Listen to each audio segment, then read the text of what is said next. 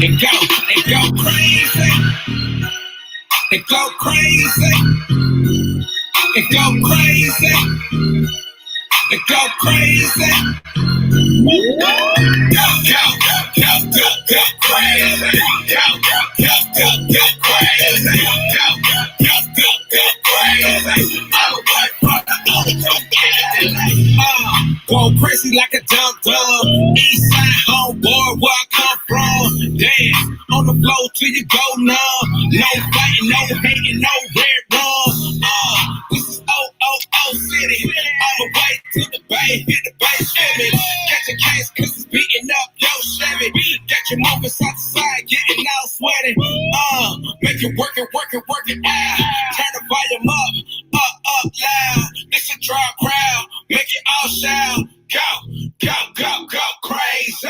All the way from the O to LA. Hit play on the track and I'm ready. Like a quarterback, Tom Brady. Got you all in the frenzy. Go, go, go, go crazy. Go, go, go, go crazy. Go, go, go, go crazy. All the way from the O to LA. Go, go, go, go, go crazy. Go, go, go, go, go crazy. Go, go, go, go crazy. All the way from the O to LA. We from the bug, we turn the club up. They tear the rugs and fools, we turn the subs up. Everybody hands high like a drug bust. Yeah, I'm from the west, homie. Don't you see the dubs up? Baptize him on the spot, fill the tubs up. The front lines with the flock, tell him fill the cups up. The show though, original, the type is proto. I go, crazy, crazy, yeah, loco and solo. The coach, you know, I represent the Ocho. Immersing together, put the devil in the choco. Either I leave him on the mat flat out, I sleep until he black out, and when they see him tap out, they go crazy. Go, go, go, go crazy. Go, go, go, go, go crazy. Go, go, go, go, go crazy. All the way from the O to LA. Go, go, go, go, go crazy. Go, go, go, go crazy. Go, go, go, go crazy. All the way from the O to LA. Go, go, go crazy. Go, go, go crazy. Go, go, go. All the way from the O to LA.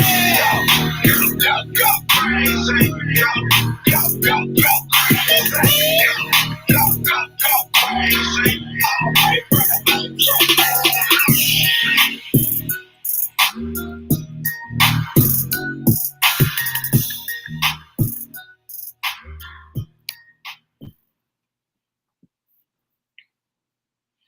What's up? What's up? What's up? This is The Scoop. You are tuning in live with your girl Kels and Whitford Burns the second. We are missing one of our team, which is Miss Q. She is vacationing, so we're going to wish her well tonight. She may be tuning in a little later, but we're going to go ahead and get this party started. So once again, I am Kels. This is The Scoop. This is an interactive show. We want to know where you're tuning in from. So I know you see the comments. Go ahead and let us know where you're tuning in from. And Winfred, how you doing tonight? I'm doing good. How are you? I'm it says it's with no Q. It's a little different, but we've done this before, Yeah. right? We done this before. Okay. We're not gonna, as when mom is away, we ain't gonna burn the house down. So right, we may throw a party though. We may throw a party. Right, we're gonna invite some people over. Mm-hmm. We're not gonna tell her, but by the time she get home, the house will look brand spanking new. So that means we need y'all tonight to comment and share and start watch parties and invite your friends. So yeah, how you doing? Be our co-host. I am doing well. This Tuesday didn't whoop me like the other ones been. I've been having 2 Mondays for like the last, 3-4 months. Today was a regular old Tuesday. Hey, Shanae, thanks, boo. So yeah, I'm feeling good, ready to come and chill with my peeps from the scoop. So I guess we'll go ahead and get started with what hot topics. Before we do that, I forgot to put this on the agenda. for us to talk about. What you think about this election? Ooh, y'all. I went into the election thinking I'm gonna mail in my vote early. I'm gonna track my vote. It's not gonna stress me out. I ain't tripping off of either one of these ninjas. I'm just gonna, I'm rooting for everybody black. Mm-hmm. I had to go with that. So come on, Biden, Harris. Not gonna stress. By day 4, I was biting my nails. Like, come on, man. I ain't know we was gonna have a civil war. Is it gonna be a standout? I still don't know. It was just some weird stuff. This was just a weird predicament to be in. Yeah. I'm glad a winner has been declared, and I hope everything goes as planned, and we get some relief. Yeah, I was reading today, he still hasn't, President Trump still hasn't conceded. And so I'm like interested to see how all of this is going to go. For all of the, whatever you want to call it, that he's done, like, yeah, he has brought out, like, him being in office has brought out a whole bunch of stuff I didn't know. Like, I knew that, obviously that there's a popular vote, and then there's an electoral college vote, and the electoral is the one that actually really counts. I got that. But, like, then this whole thing about somebody, like, the electoral college doesn't really put in their votes until December. Right. And so they have time to, like, they can change their mind. I mean, they can make their own vote based on what their predictions were. Like, it was just, a whole bunch of stuff. I'm like, wait. And then I was listening to somebody, I think it was Van Jones, talking about how the reason nobody knew this is because it hasn't happened since, like, the 1800s where anybody has challenged. I'm like, this dude is bringing out a lot of stuff that, I didn't know, and I think that most people probably didn't know. I just want to know. I want to know how far it's gonna go. Yeah, because he has a very big ego. And it could be on his mind. But is there enough fools behind him to think you about to bully us into you staying in the White House? Like, I mean, I guess I was reading somebody was like, yeah, he could bully his way into a third term. I'm like, I don't see that happening. Like, I don't see, him trying, this country letting him carry this all the way through it, him getting inaugurated for a second term after he lost. I'm like, to me, that just seems a tad bit too much. But if it comes to that, I hope we're being realistically cautious, and like, I'm not gonna be, get crazy and let them take me in another space, but I hope we're not missing something too. Yeah, because people's egos can do a lot of stuff. Like I said, is it enough foolishness out there that somebody will try to ride out? Like, I'm not going anywhere. But I really don't think the Secret Service is like, oh, we can't remove you. I think they're going to be ready to be like, if you don't get out of here, let me get them. They're going to be pulling straws on who can get them. Let me get them. Yeah, I can see that. I don't, unless there is still some legal thing he's doing. Yeah, I don't see it. He's going to have to go. You just got to go, buddy. Yeah. So, like, let it go. You talking about, yeah, Shanae. We have a comment. Shanae said it's almost like a spy that's taken over the White House and has them by the balls. Like, for real. Like, you know what I mean? Like, do we need to pull out the superheroes? Anybody out there in the Black community, if you are really a superhero undercover, like, this may be the time for y'all to start sharpening stuff up. Hey. Come on. Where Black Panther's cousin at? You never know. Like, he could be one thing, he just disappear all of a sudden for all we know, but right. Yeah. Now, I hope it's just, getting played up, because we know that's what he likes to do. He's a narcissist. He's a psychopath. So, yeah. I also want to say, of course, like, shout out to Kamala Harris, the first Black / Indian American vice president. Super dope, of course, member of Howard University alum, Alpha Kappa Alpha member. Yes. Super proud of her. Yes. And really not just for this, but as we know, this means that come whether it's not this cycle, but the cycle after, if the cycle after that, if Joe if Joe makes it a second term, so either this next term or the following term, she is, the front runner for the Democratic Party to be the president. Of the United States. So you're talking, you talking like, so I think that's super dope. I think it's super dope. So yeah, shout out to her as well. So any thoughts about that? Oh my God, yes. I've been saying that even from the jump when it was so much negativity about her. I was like, I'm sorry, y'all. I got to give her a chance. First of all, because I'm gonna give her a chance. First of all, because she looks like me. I can relate to her. I tell there's melanin in her. That should be my sister first glance. It should be. Okay. Then she went to a HBCU.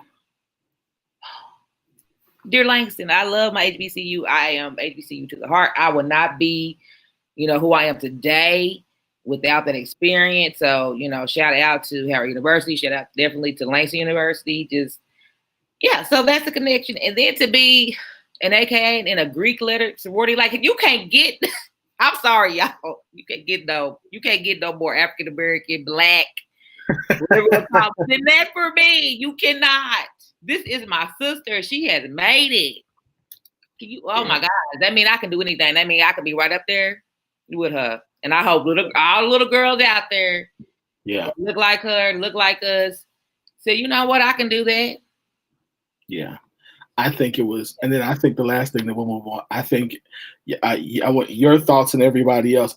What are your thoughts on, right, Shanae, on Joe Biden at not just in his speech, but at the beginning of his speech saying, Black folk, y'all have my back. Y'all have my back, and I'm gonna have yours. What are your thoughts on that?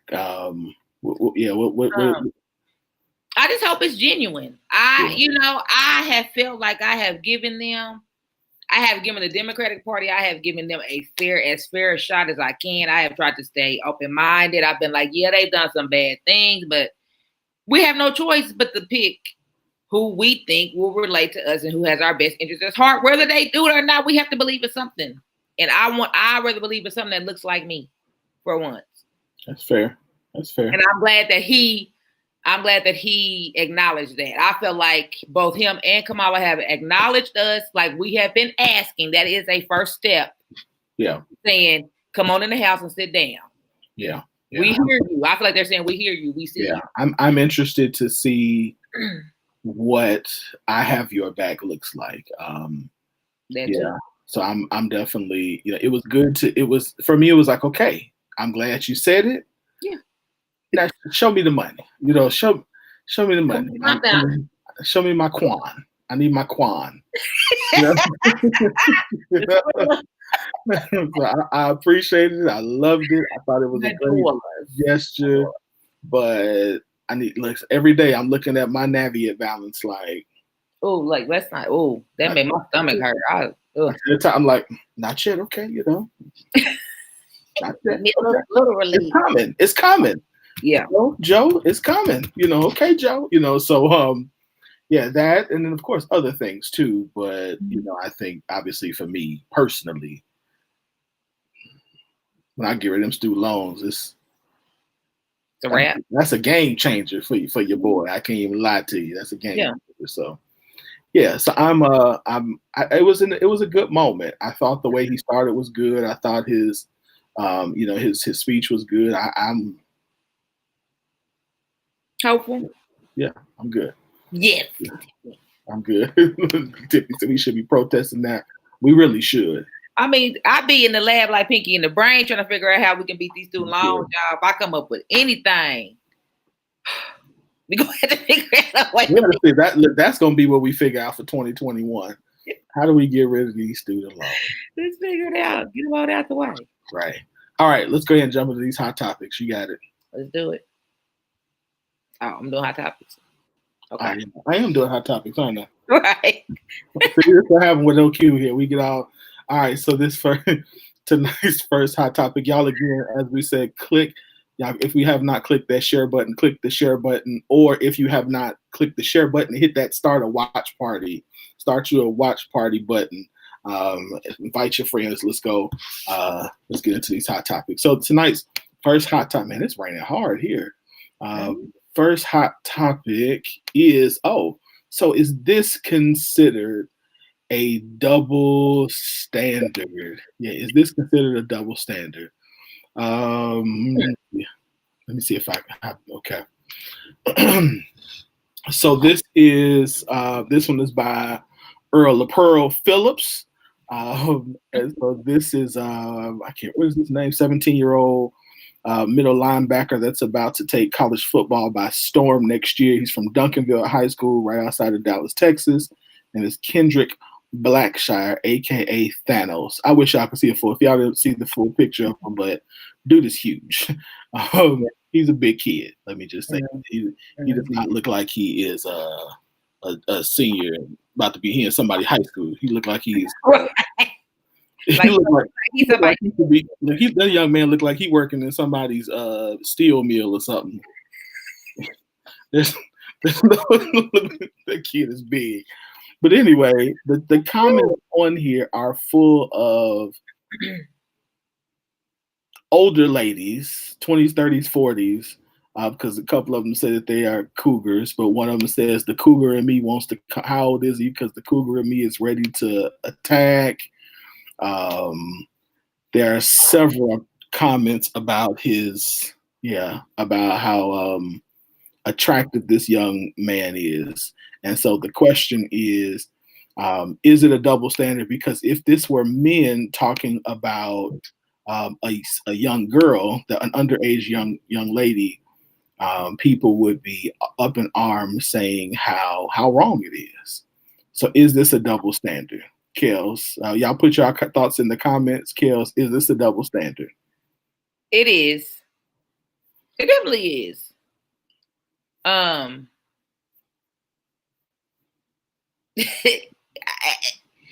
There's some things that we agree that there's a double standard about, and this is one of those things. It's wrong, but it's never seen as it's really bad unless it's something that happens on TV or something like that. But I guess, like in the first comment, I was like, to her defense, she did say, when is he gonna turn 18? She did. She does. She did ask when he was gonna be grown and stuff. So she wanted to know when he was no longer legal or illegal. Yeah, they at least waited today. They was like, "Oh, you look good, but we gonna wait till you 18, then we gonna jump." So I thought that gave us a little, that was one little safeguard for the women on this one. It's definitely a double standard, because if it was men in this climate today, it would, we would rip them apart. Yeah. Mm-hmm. I agree. It's definitely a double standard. I was surprised because we hear these. At least I have comments about young men all the time. Mm-hmm. Part of my experience was that my mother used to always have to tell older women, because I had like facial hair very early on. So that my mother, like, he's only 16, leave him alone. To the mothers at the church. Young man. Leave him alone. He's 16 years old, and they be like, "I'm sorry, Sister Eugenia." So yeah, it's normal. I think we see it as normal, even though it is. Some of the comments are so here's some of the comments. Somebody says, my, and somebody says the things I would do. Hell, he might break me the F off. I'm talking about. Girl, go to bed. My page is PG-13. I got church folks on here. She says, I do too. Tell them to mind theirs. She said, LOL, I'm gone. Lord won't strike me down. You going to hell by yourself. I told you that. Then somebody else says, we still look 17. So, hey, boo. We get it. Oh, God. It's an L. It's an L for the ladies on this one.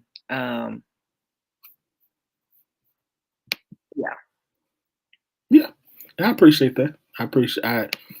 Yeah, it's several comments on here that are there. Yeah, they was going in on him, and he's a big kid. Let's just be clear, he's a big kid. So, but still, right is right and wrong is wrong. So, Yeah, we a kid, yeah. and somebody nasty butt went over there too. And I appreciate the ladies in the group who are all pretty much all said that this was, Yeah, they all agreed. So nobody said that this was okay. So I appreciate that. I couldn't even I was waiting for somebody to be like, nah, it's okay. I'm like, nah. Yeah. So all the ladies was like, nah, this is pretty bad. So Yeah. Let me see who we got. Shanae says yes, and it's disgusting. Tiffany says yes, double standard, period. She go square up with the one about my son. Yeah, that was my mother. Yeah, It was definitely my mother. Them old ladies would come, look, them old ladies would be like, "Ooh, you so strong." That was what they would do. "Ooh, you so strong." And I would be like, "Oh, okay." They'd be like, "Ooh, you so strong." Ooh, girl, did you feel his arm? Ooh, like he played football or something. Ooh, he's so. Yeah, my mother didn't play that. We used to keep him away from. I used to keep him away from my nephews for a little bit, as long as I could. Yeah, Tiffany said these cougars need to stop. Yeah. Yeah. No rolling on. Even bothers me when they when grown women call my toddler their little boyfriend. Mm-hmm. Yeah, it's kind of strange. We do it the Black culture. We do it a lot. Yeah, we do a lot. All right. So my question to this one is, what would you do if this was your friend? So here's the conversation. So the conversation is a friend. These are two friends having a conversation. She says, "Hey, I guess Sego, don't take this in a bad way, but I didn't appreciate you hugging whatever his name is. I think that's just crossing boundaries." She's talking about her boyfriend. We should always respect one another, and that means touching each other's partners as little as possible and not following them on social media. If he wasn't my boyfriend, you guys wouldn't know one another. So let's keep it the same vibe. So whatever her name is, next time you see him, a handshake will do. Hope things don't get awkward. I just wanted us to get that out of the way. How's your day going anyway? And then I can't even read this. The thing's small. She says, "Oh, I'm sorry." She said, "I'm sorry. I'm really sorry. It was so innocent. I didn't even think that much of it. I just greet people like that. I wasn't even aware that you would be uncomfortable because he was so friendly and you were so chilled. Bruh, my day is cool. Yours. P.S. Really sorry. This is the first time I've heard of this. No one has ever complained before. You know I don't mind when y'all hug my mans. It's all love. Mara, if that's how you feel, I'll respect that." And she responds, "Firstly, that's you. I'm different. I prefer doing things this way. This is just how I choose to have things. If you don't need to touch my boyfriend, don't do it. If you do, let it be formal and quick. You are okay with us hugging your boyfriend. That's you, and I respect you, so I do as you ask. So I'm happy you get me. Okay, now we are on the same page. Happy to hear your day is going well." And the other friend responds, "LOL, you're crazy. What? No ways. That ain't it, Weena." She said, "Honestly, it makes sense to me anyway." So, Kels. First of all, that was a lot. Ugh, me and my friends do not take that long. But no, that was too much. I would probably, Yeah, that's too. I I guess it depends on how long we've been friends. I probably was either way. I probably would say I would be real probably snide about it, and it would probably be kind of like a. It would definitely be a rift in our relationship because I would be like, why was something like that bother you in the first place? But why would it bother you because it's me? Um, yeah, yeah, that's it's a little insecure and weird in my opinion. So yes, I would probably be upset. I would be upset. I'm gonna be honest with you. We wouldn't be friends anymore. If my friend sent me something like this, we wouldn't be friends anymore. Not because not. First of all, it would be awkward that you sent me this in a text message. Yeah. Number two, your rationale says that you are a child. Mm-hmm. It's the child's rationale to me. Don't hug him. Like, now it'd be one thing if she hugged him and grabbed his butt or something. You know what I mean? Like that. Yeah. She hugged him. Like, and I missed that, Shanae, saying that she said when I hug your man, I feel some type of way, so that's why I don't want you hugging mine. Yeah, I did miss that. So yeah, that's definitely a deal breaker then, because now I'm gonna have to cut you. So right. Exactly. And that's what I'm saying. And then I was just saying, then on top of that, now you're like, you almost dissed me for being okay with you hugging my man, but really you got some like Shanae saying, some things going on with you, because when you hug now I don't want you to hug my man. Like, we wouldn't be friends at all. Yeah. If somebody said something like this to me, I'd be like, you know what? I think you are what we say is the Lord brings people into your life for a reason. For a reason or a season. And I believe our season is up. You are the weakest link. You are the weakest. I can't even get it out. Goodbye. Like you couldn't be my friend anymore after you do something, because this is just weird.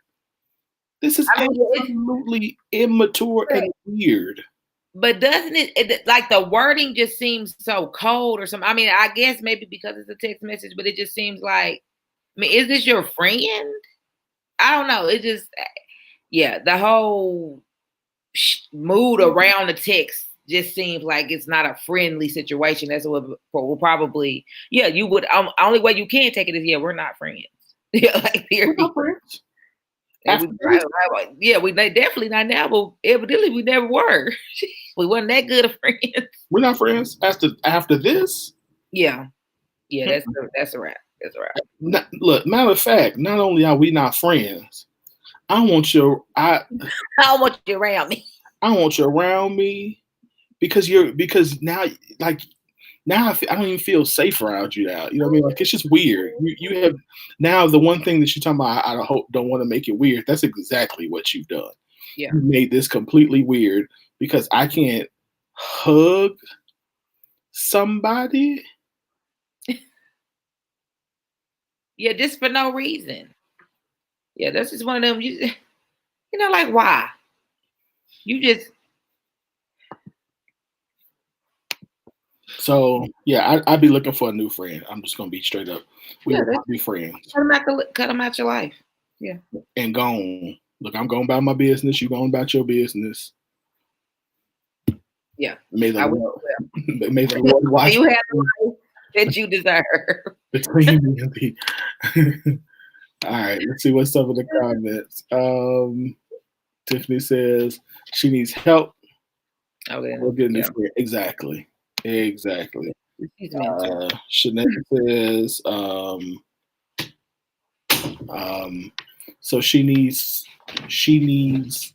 to hear what her friend just said.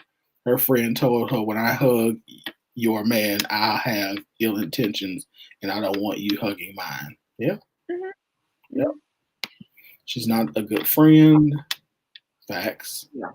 Facts. Yeah. Weirdo. It's weird.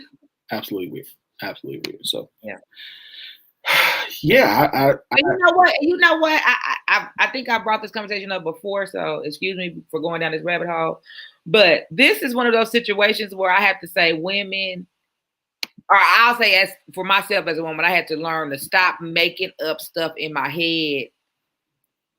Stop making up stuff in my head. Just stop. This is one of those situations that you have played a scenario in your head.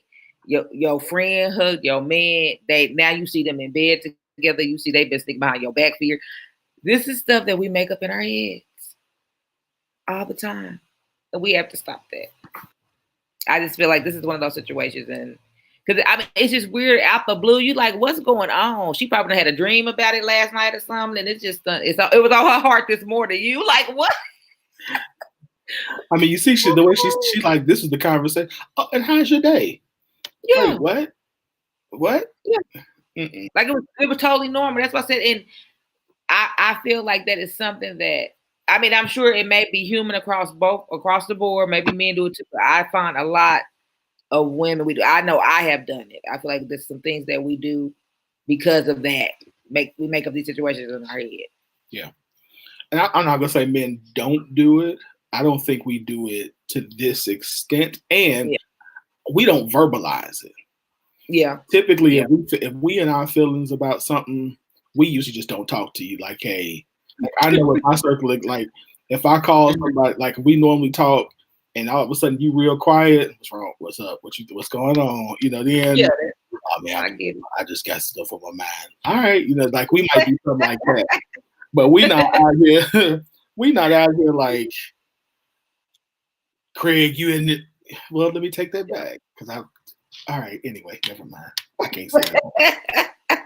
Maybe like I said, maybe we both do it. We do that. We do it because I've had people call me talking about you sleeping with my wife. I'm like, sir. Let's just. You know what? Yeah, you right. So I wonder, do you think that's something that is do you think that's a trigger?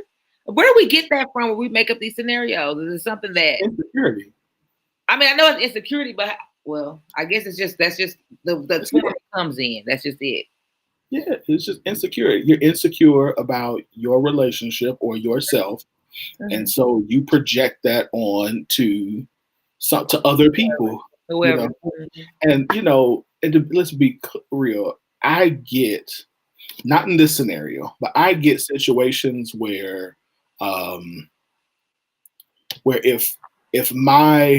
for example, if my woman seems to be having much communicating and having a whole lot of fun with another dude, but she not communicating with me or not happy with me, I can get that would bother somebody. Mm-hmm. But to take that all the way to y'all sleeping together is a bit much.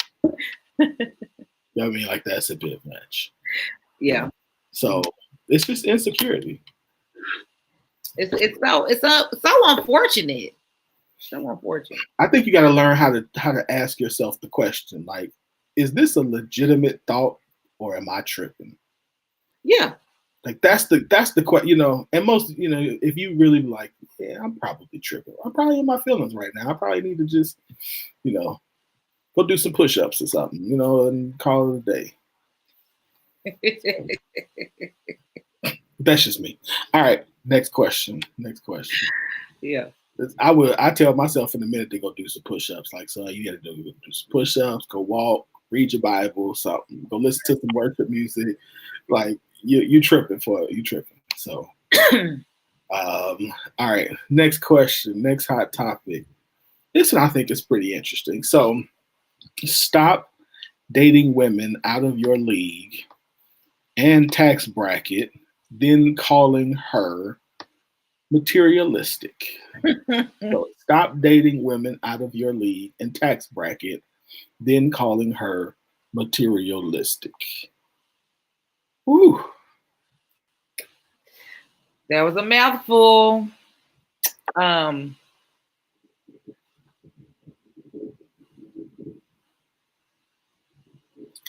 Yeah. I agree. I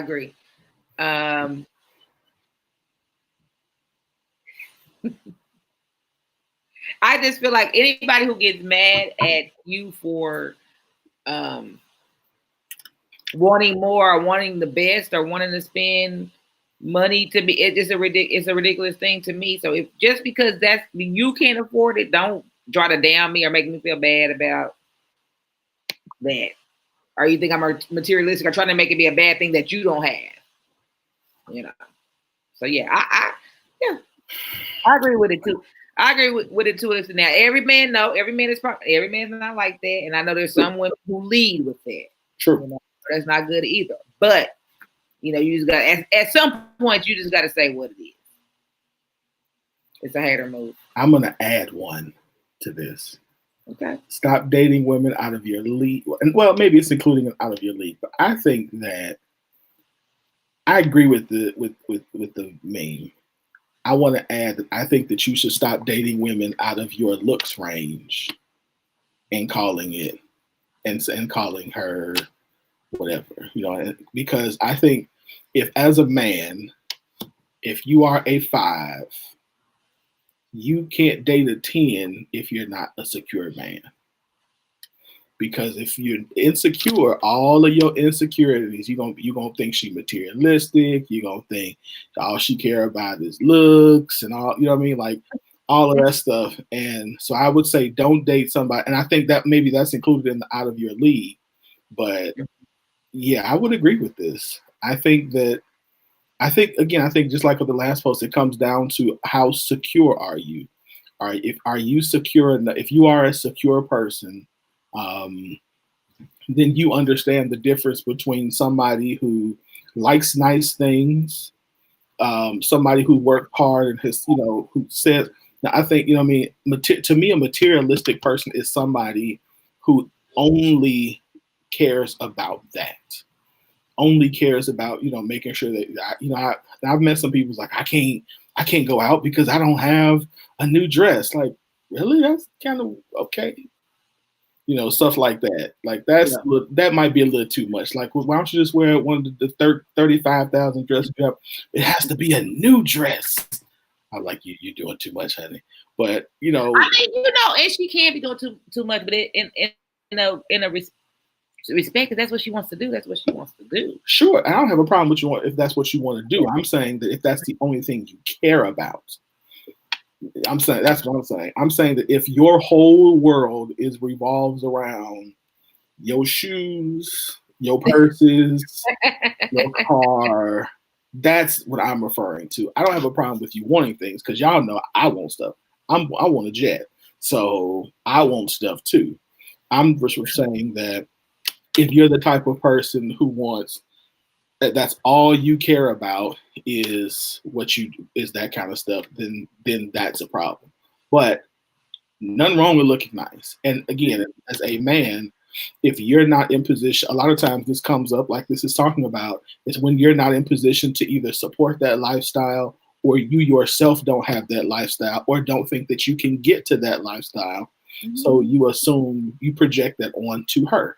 And again, we know this happens vice versa, but since the post is talking about women and men doing this to women, I'm going to stick to that. But you can't do that to somebody. Like, that's not fair. If a woman has worked hard to have a certain lifestyle or inherited a certain lifestyle, that does not make her materialistic. Mm-hmm. They love to throw that out there to try to make you feel bad. I mean, I haven't commented. I'd be like, okay, so that'll hurt my feelings. Yeah.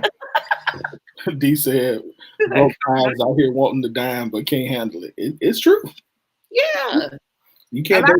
A lot of them dimes is really like 10 pennies pushed together up into a nice little girdle. So be ready. Yeah. Be ready. Yeah. That's true too. And again, like I said, a lot of it is like I remember, like I can only say there's only been like one time in my life where I've actually dated somebody and felt insecure. And it was difficult. Like it was hard. Yeah, it was hard. Like I was like, man. And it wasn't so much that like it wasn't anything she was doing. She was just doing her. And to be honest, I really didn't have anything. I knew that I didn't have anything to be insecure about. It was me. It was where I was in life that made me feel like that.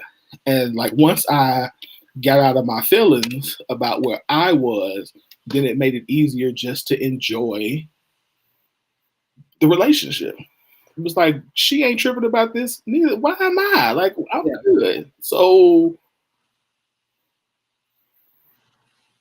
you know, I think again, it boils down to you got to stop being insecure. You got to know who you are. You got to know your strengths. You got to love your weaknesses and be like, hey, that's just a weakness. It is what it is. Yeah. It is what it is. Like, I can't change the fact that I'm 5'8". I wish I could. I wish I could be 6'2". Do you know how much trouble I would get into if I was 6'2"?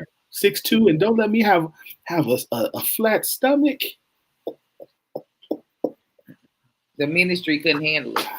Woo, I don't even know if I'd be in the ministry. Let's just, I don't know if I'd have made it. You know what I mean? Like, I don't know. Yeah. So let's just be honest. I don't know if I'd have made it. I'd have had an OnlyFans page. It would just be beard and chest and stomach. Like, that would be me the whole time. I'm only fanning, I'm stripping, all that. That's what I'm saying. New modeling, I'm Playgirl, all of it. Yeah. That's why God was like, here, take these extra roles because you're not going to do right. I accept them, Lord. We're just going to mold them into something. They're wrong with it. I ain't going to do right. I am not. Exactly. Oh, God.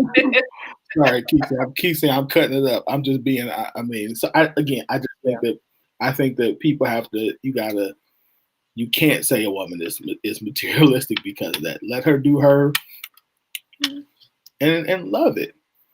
Like, love it. So, all right, next hot topic. We said, thank you, Sasha. I appreciate you. She said I'm handsome. See, I know I'm not a 5. Praise the Lord. I just got this belly. I just got this belly. You get this. I'm telling you, the beard. It's getting all white too. Listen.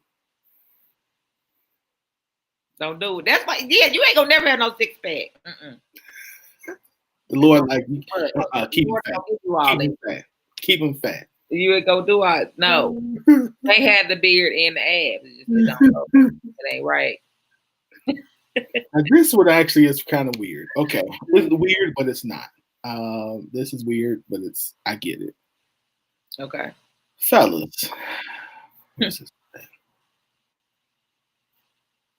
think this is it. Oh, yeah. Yeah. So Damien says that he puts his woman's ovulation cycle in his phone, and then I track her moods throughout the month. So I am Bluetooth tethered to that. Now I can start to analyze when she's horny, when she's moody, when she's about to start not dealing with my sugar honey iced tea, when not to touch her, and when to just shut up and get her food. Also, if we are taking a break or arguing, I'm going to make sure that it's on her period week, not letting her roam while she's ovulating either. Nope. She might just listen to Jhené Aiko, trip, fall, stumble, and land on some peen by mistake. Not on my watch. First of all, let me say, I don't know what y'all did to Jhené Aiko, but this last album, oh my. Yeah. Oh my. He talk about trip, fall, stumble. So, first of all, so Q asked the question, so fellas, have you ever done this before? Ladies, how do you feel if you knew your guy was doing this? Because how would you feel if you found out your guy was doing this? I've had this happen twice that I know of, at least 2 times, and it wasn't. I wouldn't even say it's as far as this, like really tracking like this, but I've been just different things that happened there. Like, I remember last month, around this time, such and such, to just start tracking things that way. I thought that was kind of weird before, but I don't know. It's a little much, but I guess it was strange. Like, what did you? When you found out, how did you respond? I mean, it wasn't really like an app situation. It just like kind of slipped out. One was trying to, have a baby, and the other one was just on some messy stuff like, you gonna deny me? I know this time is not that time. You know what I mean? You try to play me. I know when you're. How you know with my stuff? But had you previously like tried to use that as an excuse to not, or he just did it on his own? I think I had. Look, to be totally honest, I think I had. And probably did use it around the wrong time, and didn't know he was keeping track. Okay. So the next, he was like, "No, that's not."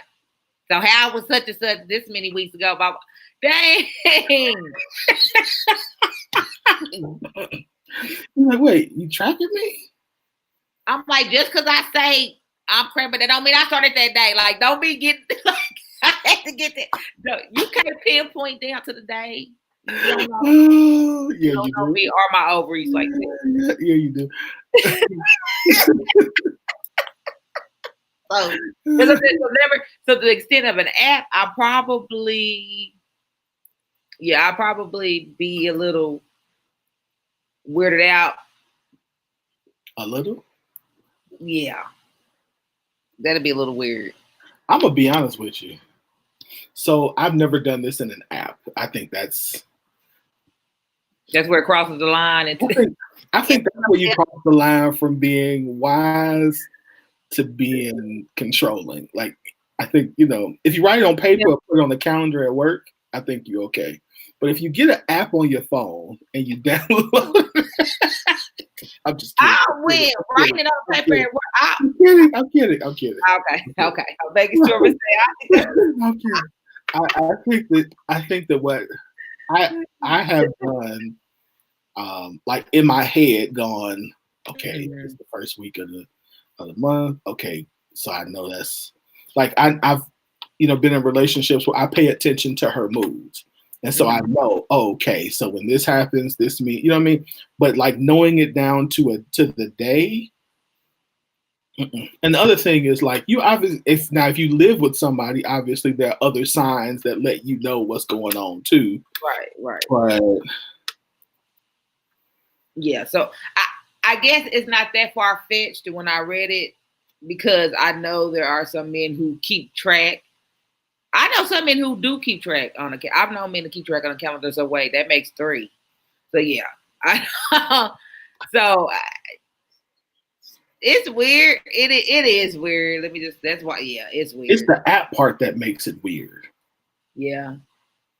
I think that's the part that makes it weird is the fact that it's an app. Like, if this was just like, again, he just kept a mental note or something like that, then it's like, oh, okay, that's kind of wise. But the fact that you actually have an app that you are doing, and I know ladies have apps. Like, I know I've seen several, ladies who have apps on their phone where they do it. But, Tay says, actually, most dudes know better than we do. Yeah, I mean, I'm telling you, it'll hit you every time. I'll be like, dang, he been waiting for me to use this so he could. Well, I mean, let's also be honest. I think most men know that, like, right before you have, your time, and right after the time are your peak times for, you a go getter during the times like you really. But we most of us know that, fellas. If you don't know that, that's the peak time. Amen. And so you gotta be ready. Yeah. You want to miss those days. Well, we also again know, like, okay, if she's super irritable, what's going on? Like, you like this something going on. And the other part of it is what I've learned as a man that that's not something to throw out there. Like, if your woman is irritated, you can't be like, oh, you must be on your period. Like, you can't say that. It might be true, but you can't say that. You can't say that. You be like, you can think it, but you can't be like, yeah. The way you did it though was just like, that's how like a hood dude. The way you said it was just like a hood dude would say it. So like, but that's how we think. Like, She on her period. That's all. She tripping. But I ain't do like, cause you think like, did I do something? No, I ain't do nothing. What week is this? This the third week. She on her period. I just that happened. Y'all be having them too, though. Men have y'all little monthly mood swings. It ain't a period, but y'all have something. They are usually. I mean, hormone something y'all have going on a month too, because y'all be on one. That's usually when we done had to just spend however many days dealing with y'all. Yeah, so y'all have it right after our heart. That's what it is.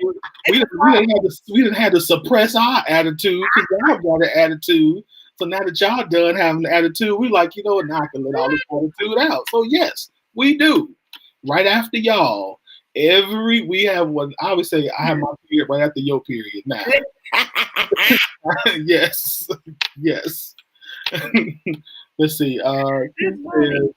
Keith says, hey, if she says she's on the pill, it makes sense to ensure she's not coming up late.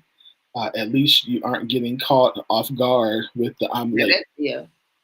That's true. That is true. Yeah, I be asking my nephews. I've asked my male friends. Yeah, that's true. I'm like, do you check that little packet? Do you count the pill? Look and see what day it is. Is the day you in there? Is the pill going on the day you there? Yeah. They do that. Yeah. Sasha says, I feel like men be hangry and could have attitudes daily. I mean, hangry is a real thing, though. That's in the DC, was it called the DC-5 or something? Like, hangry should be in there. That's a real thing. It is, though. He says older guys know their women. I think the app is a bit much. It would irritate me that he was not bright enough to just know that as well. Yeah. Austin said I can sense it. Yeah, I think once I've been around a woman for a while, you pretty much know. You can sense it because that attitude change. That way she wake up mad. You like. Now what's funny? What's funny is like. We've been around each other so long that now I'll be like, me and Q, Chels and Q get to going. I'll be like, and they know because I don't say nothing, and then they'll get to going, and then they'll be like, we just ain't gonna say nothing. I'm like, I'm not. We ain't touching it today. We ain't gonna let y'all have this inbox, this conversation today. Oh my God! But so we can bite your head off. We be around each other so long now that they be that I be like, and then y'all will say it like, we sorry, we just have. I'm like, hey, God bless you, do what you do. We all good. I'm just gonna stand over here in my in the corner. We'll talk about it tomorrow. Don't make me laugh no more. That's exactly how. Yeah. Yeah, but we've been around each other that long now. So. Well, I wonder if that would look if that was to help a man, because the way he said it almost seemed like he's trying to play. You know what I mean? He's talking about when I know she ain't gonna put up with my stuff. Yeah. But if a man really trying to figure out like why am I not getting somewhere? I don't know. You gotta find another route, but dang.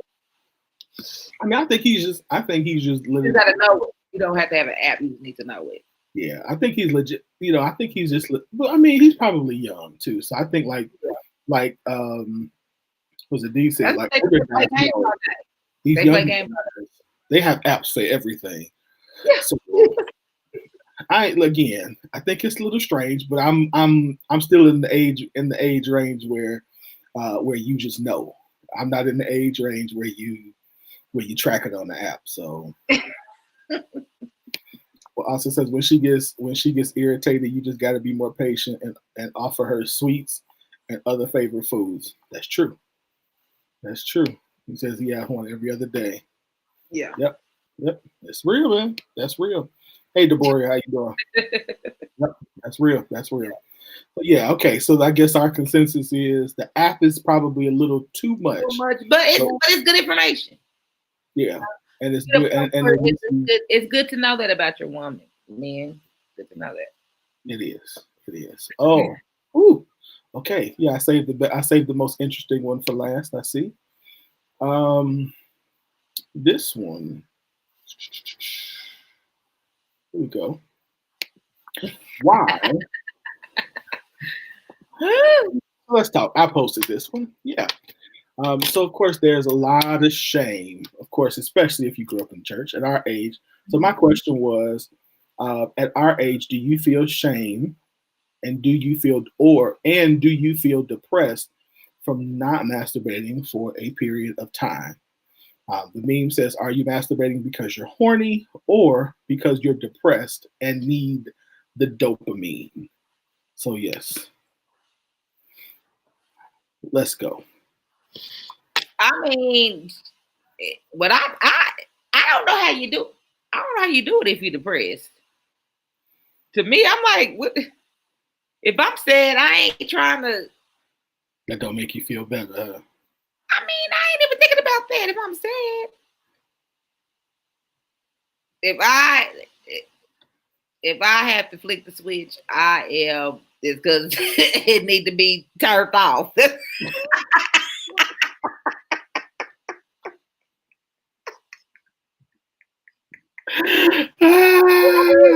just like no. I guess I just never thought. I guess to me, bad feelings have never. I would never have thought to just. You would want to please yourself if you're feeling bad. I don't know. I don't know about the depressed part either. Now, I'll be honest with that. I don't know about that. But I would assume that they're probably I'm not a medical person, so please no one take this as that. But I would assume that there's something tied to dopamine levels and depression.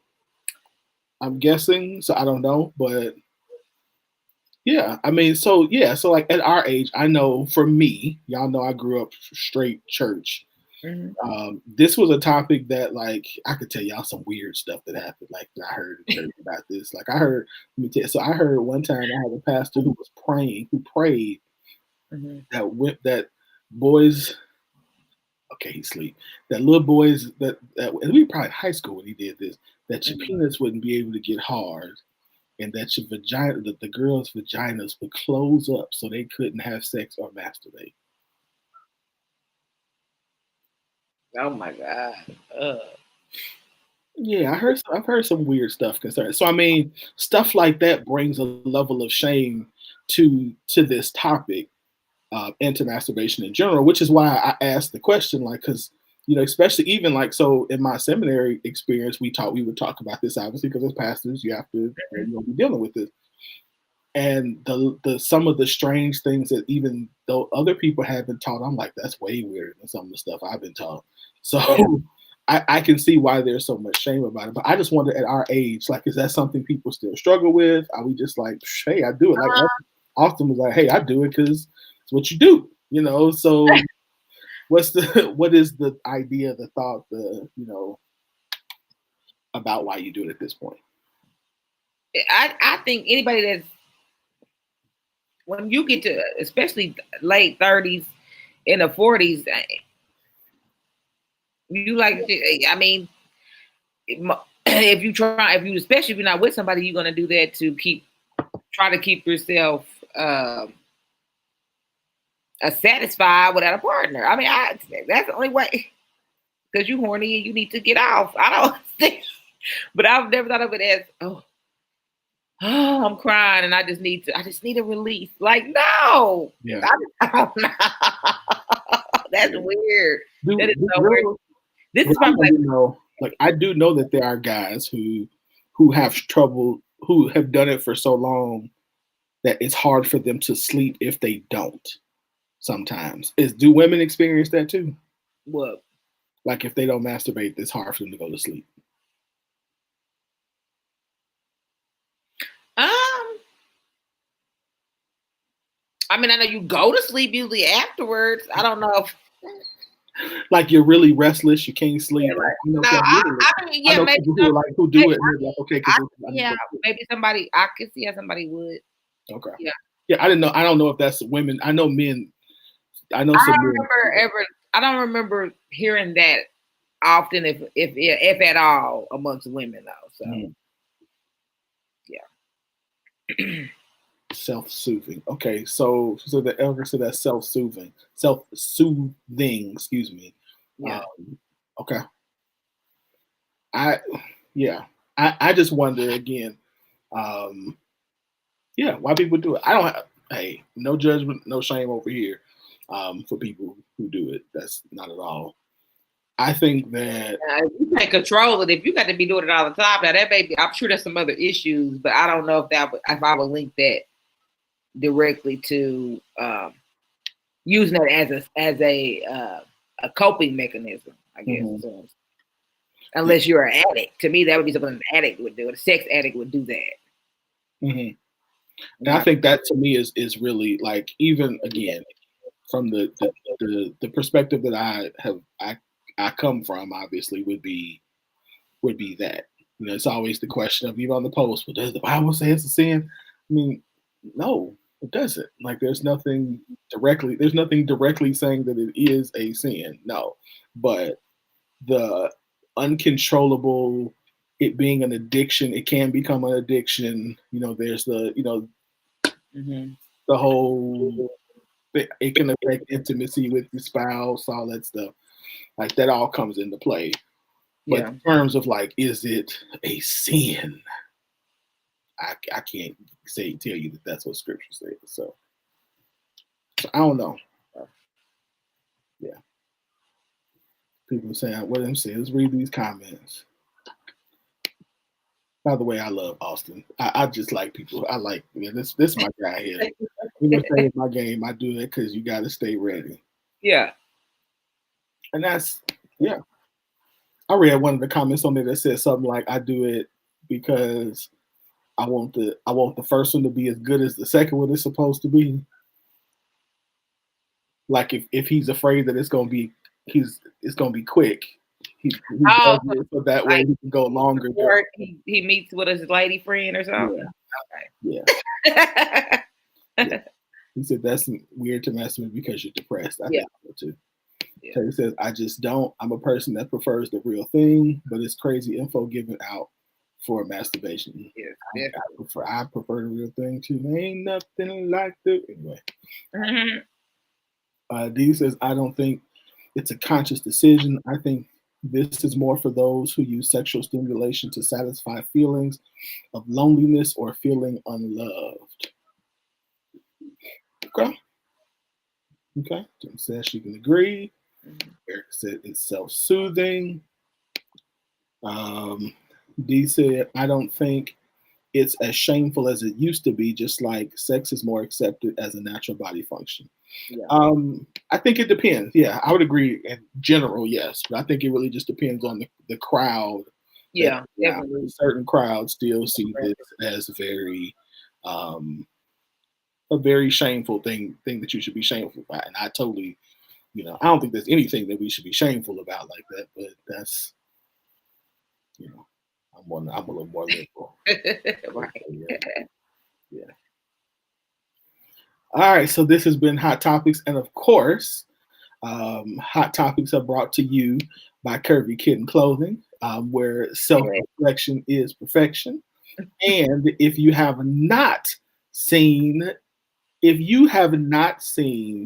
Bay or Buy, you are missing out. Bay or Buy is the new dating show that is done none other than by Kels Johnson, Miss Curvy Kitten herself, and Dale. What is Dale's last name? McKay. McKay. It is dope. It is, in this particular, the first episode, this brother goes on 2 dates. Yeah. Y'all got to see what happens on these dates. And so, yeah, it was good. And Thank you. As you can see, they have on their Curvy Kitten and Cool Cats.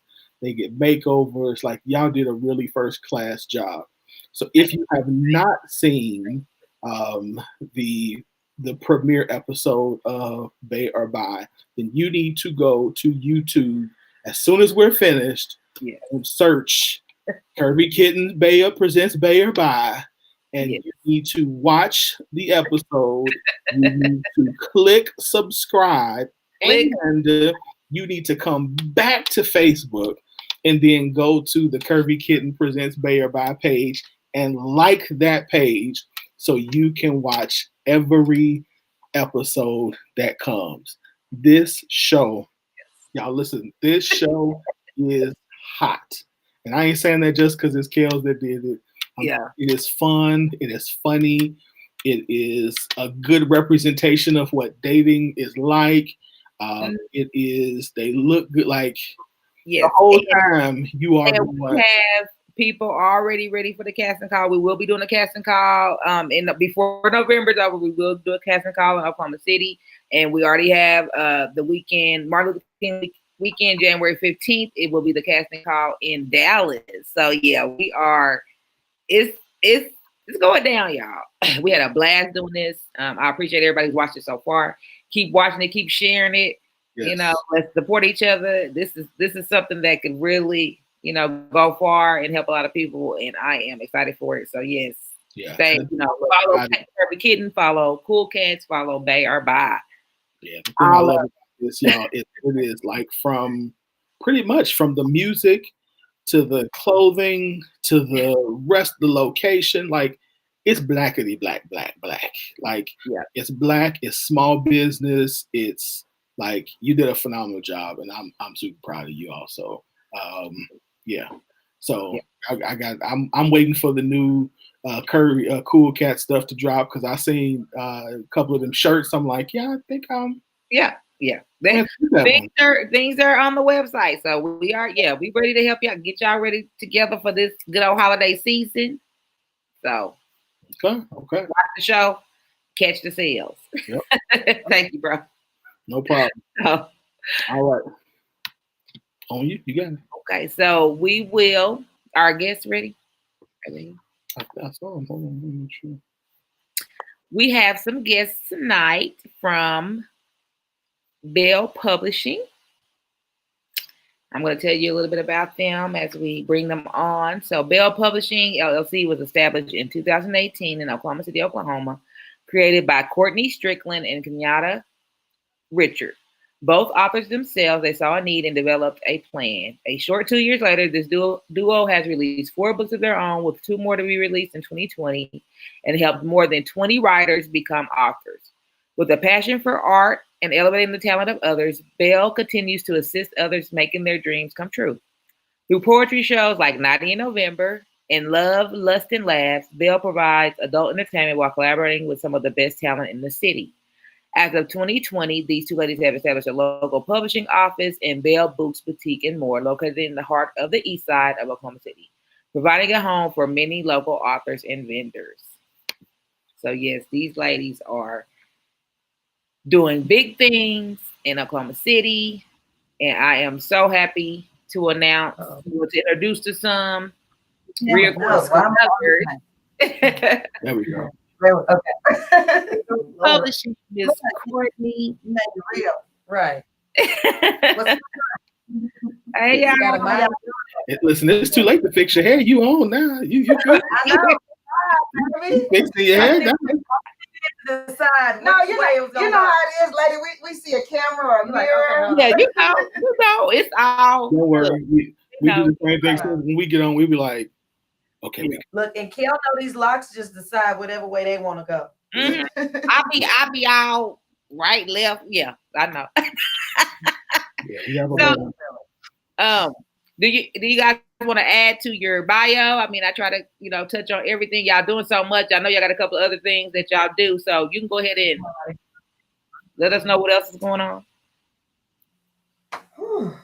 Everything. Right. I was listening to that. I was like, man, we do a lot.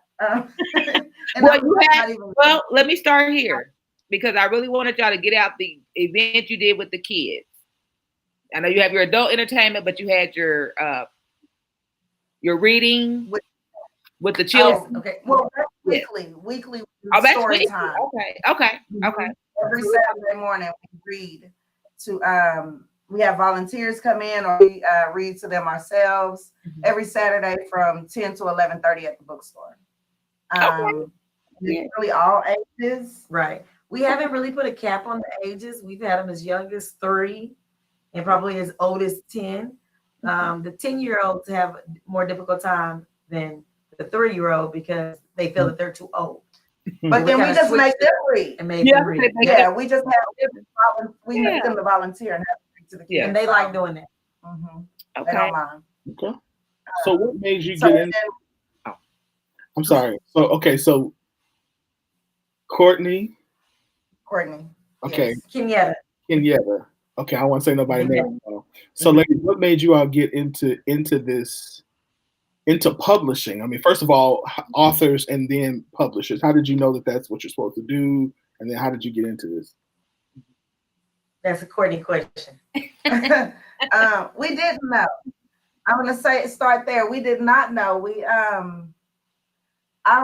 First of all, I started writing probably fifth grade, fourth or fifth grade. I started writing, but honestly, I remember I wrote all through middle school, high school, and then I stopped. I took about a 10-year break. I remember moving here in like 2008, and I was sitting at the computer. I'd been working on a poem for like 3 days. And Kenyatta came over. I was living with my mom. It was when I first moved up here, and I'm sitting at her computer. And she's like, "What are you working on?" And I was like, "A poem." And she just went, "Oh, okay." And I think it had to be 5 years after that we worked on our first book, that we even sat down and talked about poetry and realized that we shared the same passion. Because we're cousins. A lot of people don't know that we're first cousins. Our mothers are sisters. So I don't know. I think dope poetry probably is what started it. Them giving us an avenue to express ourselves and a reason to start back writing, I think is what did it. So dope poetry, dope poetry at ICE? Yeah. Okay. We started going there, and that's when we realized we both had a shared interest. Kenyatta before me. Okay. Child one. Yeah, I know, and it's crazy. Like I said, we're cousins, so we never even really discussed it. No, we didn't. Well, mainly because although I'm not really shy, I didn't ever want to perform it in front of people. So I would do urban roots.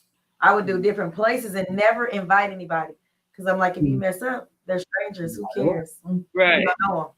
Wow. So I wouldn't invite people. And then finally people start saying, okay, I want to come. I want to come. I want to come. And then I was like, well, if I have to do it, I'm going to convince Courtney to do it too. And it was because I was over there like, I think 6 months watching other before people she would get up there, before I even got on stage. And then we realized we were good. I think we realized people enjoyed it. And so they started saying, oh, let me get a copy of that. Let me get a copy of that. So then, us, we hustlers. We come from a hustling family. So it was like, oh, you can buy it.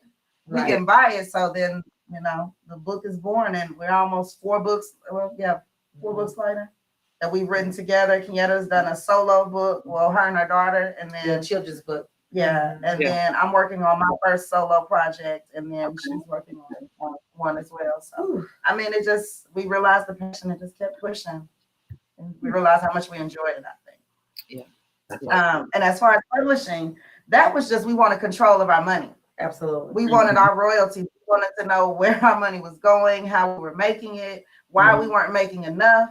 And go at our own pace too. Yes, exactly. And then we just being around so many poets, the authors just kept coming. We don't even have to advertise.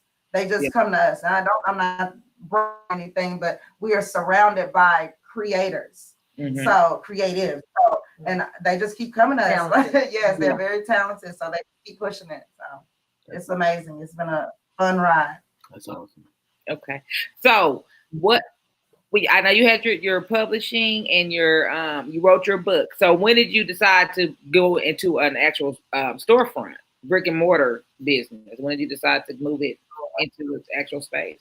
Because we felt like we was outgrowing this little office. Yes, we're in our publishing office right now, and like that table is all of our books. And Kenyatta kept bringing stuff in here. I was. If you go to one more print store, yes, because I would find bookshelves, and then we would put either our books, friends' books, books that we thought that were interesting, just research books. And now we was running out of room as far as bookshelves. And so I just kind of threw it up as an idea. Hey, let's do a bookstore. Courtney was like, hey, that's a good idea.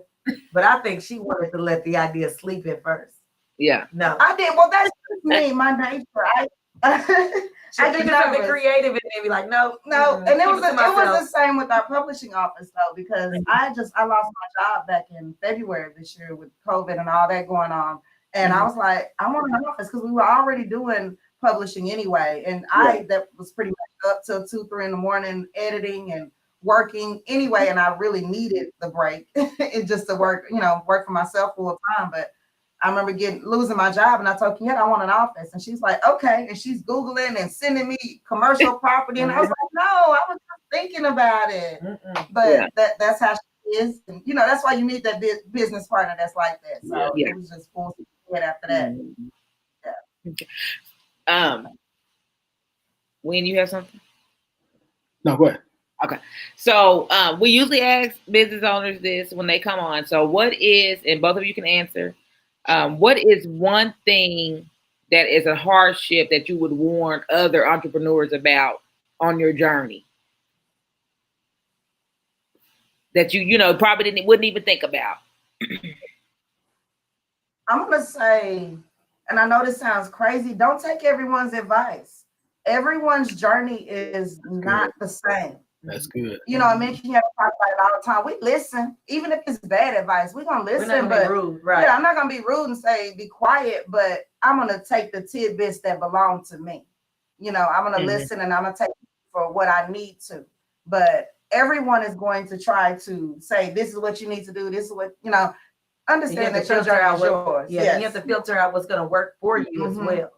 Yes. What worked for you may not work for us. Yes, exactly. What didn't work for them may work for me. Absolutely. So I don't want someone to tell me, no, don't go this route because of this. Okay, I'm listening, and don't get me wrong, because there are some people that are going to give you great advice and steer you in the right direction, like we'll do for someone wanting to come up in the publishing world. But at the same time, don't let their advice or their situation deter your situation, your journey, when God may have something great for you in that direction. I like that. So That's dope. Pay attention because everybody's not, looking for you to win. Absolutely. Now that right there is Bible.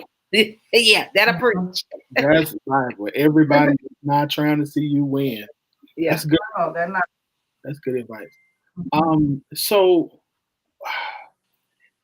when you started, did you have a mission, or like was it?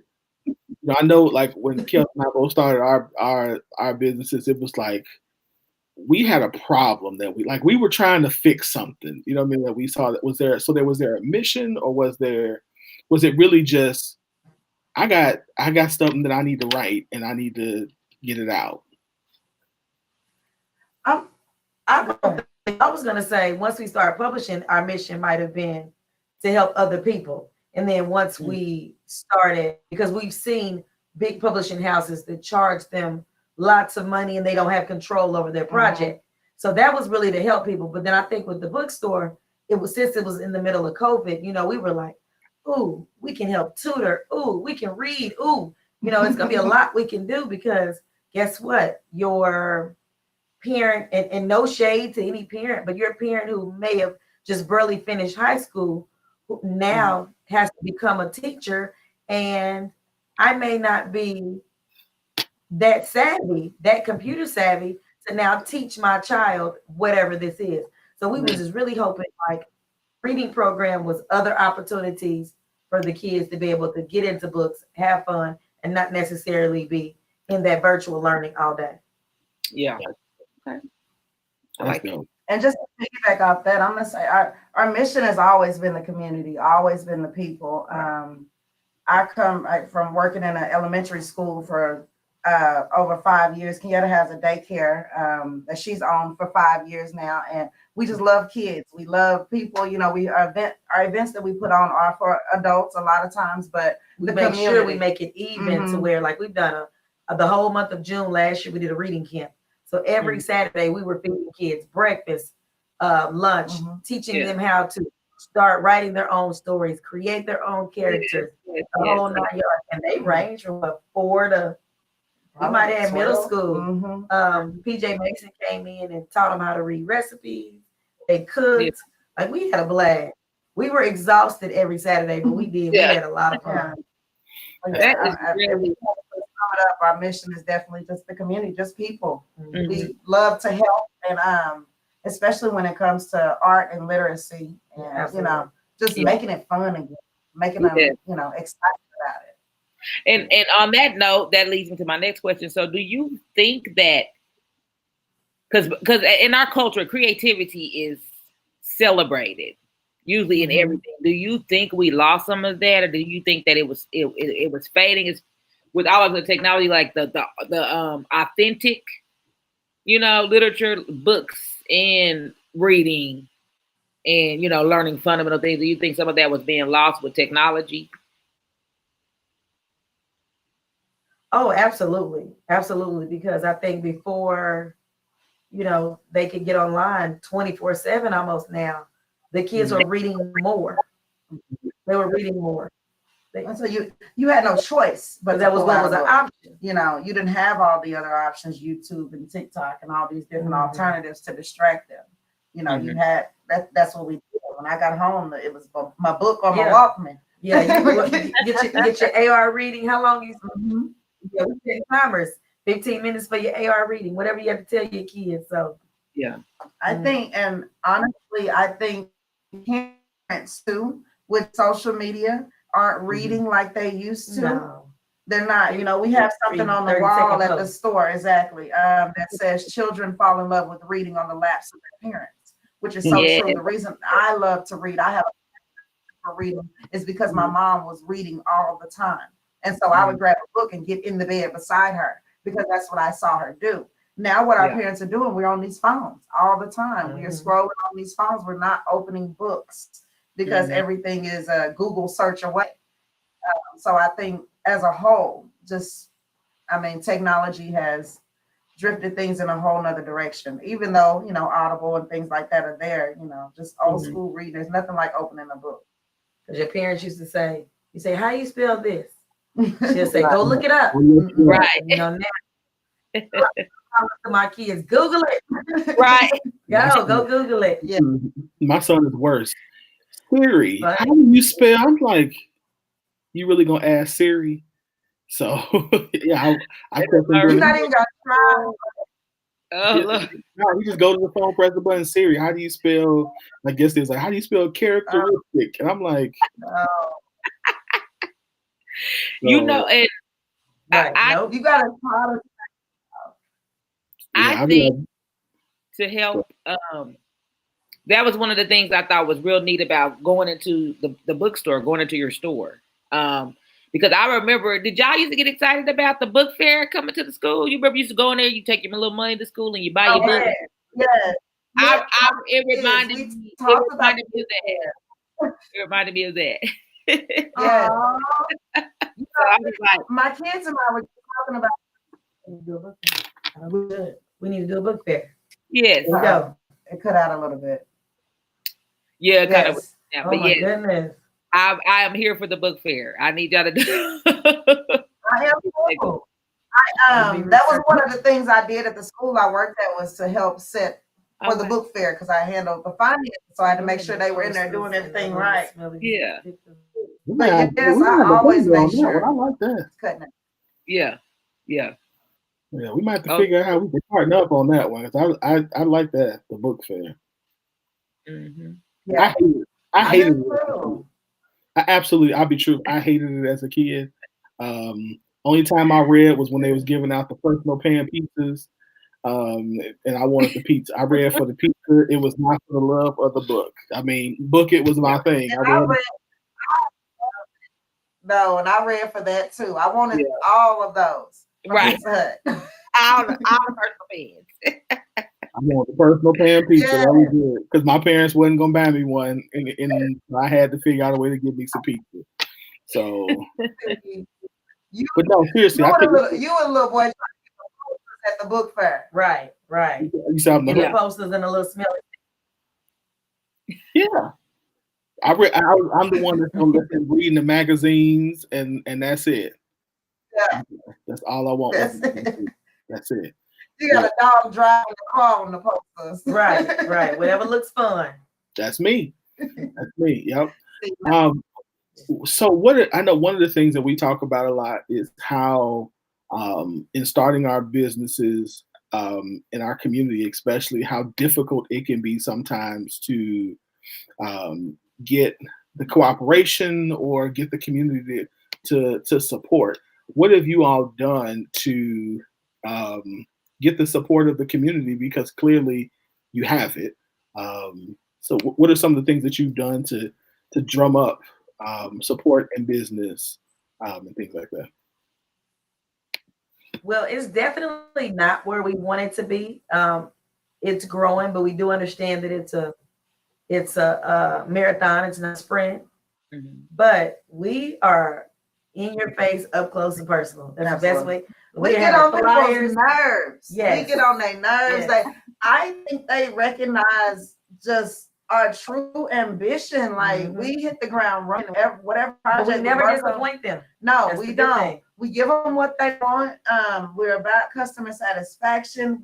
What you see now is just how we are all the time. Like I don't care if we at church or wherever. This is just our character, and you're going to get that genuine spirit. Like I had a lady come in the store today, that lady Andrea, and she's just like, she sat down in there talking to me, and she goes, "I got chills speaking to you." She said, this is only a small portion of what it is that you're going to do. And they just keep telling us they're so happy to see us in unity. Yeah. And we don't know why, but our intentions are pure. Yeah. We give back. If we make money and we're giving it to the community, Absolutely. that is our goal. We're getting ready to do 75 Thanksgiving baskets. We're giving those away November the 21st. Yes. So just line up, no, nothing. paperwork, ID, Nothing. Just anything. pull up, and the first 75 families get. It's awesome. And I think that's why we win, and we talk about it all the time. And not just that, we are relentless when it comes to anything. When we talking to you long enough, and we talking to you more than 30 seconds, you know one of these businesses that we own. Right. Yeah. Don't bring up all of them or some of them. One of them. We gonna have some merchandise in the trunk, and that's another thing. We'll never be too big to sell out of our trunk. Like we're gonna hustle wherever we go. We still set up tables at Ice Event Center like we did before. Nothing has changed. Like you're gonna get that same spirit, that same energy from us every time. And I think that's why the community knows about us. Damn it, we gonna know. Y'all gonna know. Right. And we'll be out in public and they'll say, "Hey, I like that shirt. Where'd you get that? Hold on, I got something in the car." Right. Like, I like your mask. Hey, don't worry, I got some mask in the car. I'll get you one. Yes. Just a Right. second. And that was us 2 years ago. That was me in high school. Yeah. That was me in Trying to 4th grade. sell, Like I was just Yeah. that's Kool-Aid it. pickles. Yes. We're gonna sell something. And I mean, we got family, we got kids, they gotta eat, and we gonna get it. Yes. I love it. What's up? That's what's up. What do you think? So next step, end goal, next steps, where are you going? What are some things you got coming up? And I do want to answer, we ain't got a whole lot of time. We talk about this naughty, the adult. Naughty in November, the 30 in December. Dirty in December. That is December 5th at the View Lounge, 919 North Virginia. Anybody who's ever been to any poetry events that we host, they are very classy, very elegant. You are going to, I don't care if you're eating taco, Classy, elegant, and ratchet at the same time. Yeah. You're going to have all of that. food truck food on some white linen. Right. You know what I mean? So, but no, that's the whole production. absolutely. It's not an open mic scene. Like practice. We're going to give you a show. This is not, it is like old school practicing for the drama club. Yeah. We meet together. So it's not open. I mean, standing at the mic reading. Yeah. None of that. Yeah. So you may get a couple come out with what did they do? A saxophonist played as somebody danced down the aisle while the couple performed in masquerade mask. And then what did we do? We did like a hit with 3 different people. We were fighting over the same dude. So Yeah. but in poetry, reality. poetry, but Yeah, so you're acting out your pieces and your line is your poem. That's the best way to explain it. yes. Yeah. It's intense. Okay. It's That's almost dope. like You're gonna clutch your, it's not just poetry. Yeah, it's like don't- Oh, yeah. that's We're here your child. That's it. I love That's it. it. That's it. I love it. Where can people get tickets? Yeah, Can so people buy that's tickets? December 5th. December 5th. November. Oh, yes. On our website, bellpublishingllc.co, or if they just follow us, Bell Publishing, Bell Poetry, Bell They can stop at Poetry the store and get 2017 on Instagram, or they can buy tickets at our store. Just come buy a book for your kids or yourself and buy a ticket too. They are $15 pre-sale and $20 at the door. What's the store address? The store address.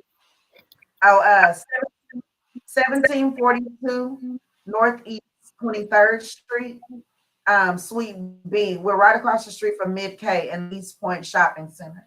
Mm-hmm. So yes, you can buy tickets at any time. We're open Tuesday through Saturday, 9 to 6 and 12 to 6 on Sundays. And we're closed on Monday. But we will pull up on you with tickets if you buy more than one. We will deliver those. Absolutely. $20 minimum. Right.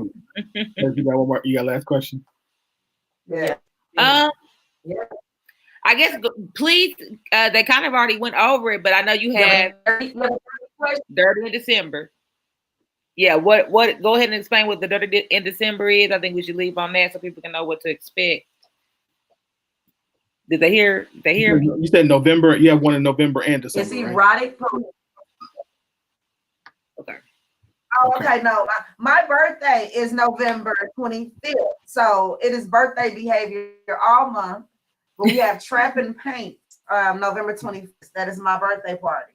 Okay. So But come on. yes, you can grab those tickets too. Okay. The ticket includes paint supply, a glass of wine, and a special gift.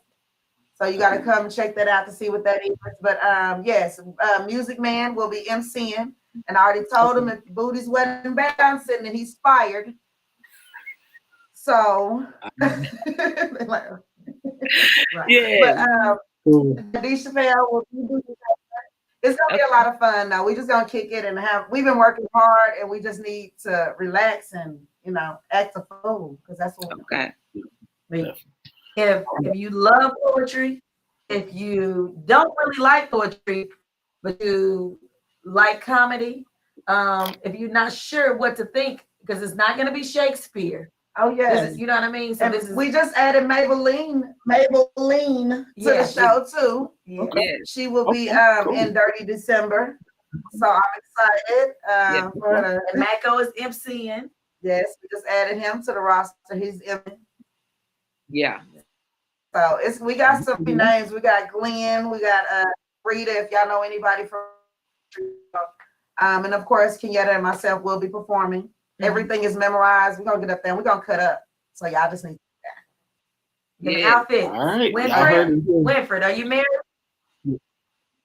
I'm not. Right. Winfred, are you married? No. Okay, He's come not. on in, because the ladies is going dressed and ready. I'm telling you. I got a special surprise for y'all. I'm coming all the way out of my comfort zone. So y'all be Okay. ready. Winfred, you want to be Santa? I don't know if I Winfred, need you want to to be do that. Santa? We'll talk about that later. I don't need y'all don't want that. I don't know if I need that trouble. Why not? We need a Santa. Come on, we like trouble. We stay on like this. I know. I'm saying I don't know if I need that kind of trouble. Oh, yeah. We'll talk about that. We'll talk about that later. He said no. They gonna talk about that out. They We'll gonna talk talk about that off camera. All right, y'all. Thank y'all for coming on. We appreciate you. We'll definitely be in touch, and we got to figure out how we can do some stuff together. So Yes. we love what you guys are doing, and so we want to make sure we collaborate here in the future. So again, you guys, the address is Absolutely. 1742 23rd Suite B, Bell Publishing. If you're looking Yes. to get involved in the community, if you want some good books, or if you're looking to learn how to get your project publishing, these are the ladies you want to go here to speak to. So y'all have a good night, and I appreciate you for being on. Yes. Thank you, ladies. Thank you. Have a good one. All right. You too. Bye bye. All right. So next, of course, we have one of our favorites. We have one of our favorites who is, of course, the fire starter who always, and I mean always, gets us good and going and gives us something to learn. Like she puts the it into, she gives us the power. Tonight she's coming to us talking about done is better than perfect. So this is November, so we're looking forward to this passion talk. So get your pens, get your pencils, ladies and gentlemen, none other than the fire starter, Miss Cicely Victoria. What's going on? Hey, family, what is going on? What's up, squad? What's up, nation? This is your girl, Hey Winnie Win. Kelly Kell, I see my QBQ is out of the building. Yeah. But give love to you as well. This is your girl, Cicely Victoria, owner and founder of Passion International. My business tree is to help train and equip people to find their voice of identity so they can stop people pleasing and be empowered to encourage confidence and communication. I am a certified professional coach. I'm a counselor as well. I am the queen of empowerment, and I set people's lives on fire for a living, and that's why they call me the fire starter. Welcome to Passion Talk, where we give you practical tools for everyday living so you can press into your personal power. And while I put on my Do Not Disturb, Winifred, may I say to you, in the 4 years I believe I have been on the Scoop team, sir, I think that is the best introduction that you have ever delivered. I said, this man ate his Wheaties this morning, okay? I am proud of you. Listen, this is one day. Come on, touch your neighbor, say one day. One day you don't get in trouble. Yeah. One day. It's a good day for you. It's a good day for you. And happy birthday month to me. Can you give birthday love to the fire starter? Yes. Yes. Thank you. Okay, now on to the business. We are talking today about done is better than perfect. It's November.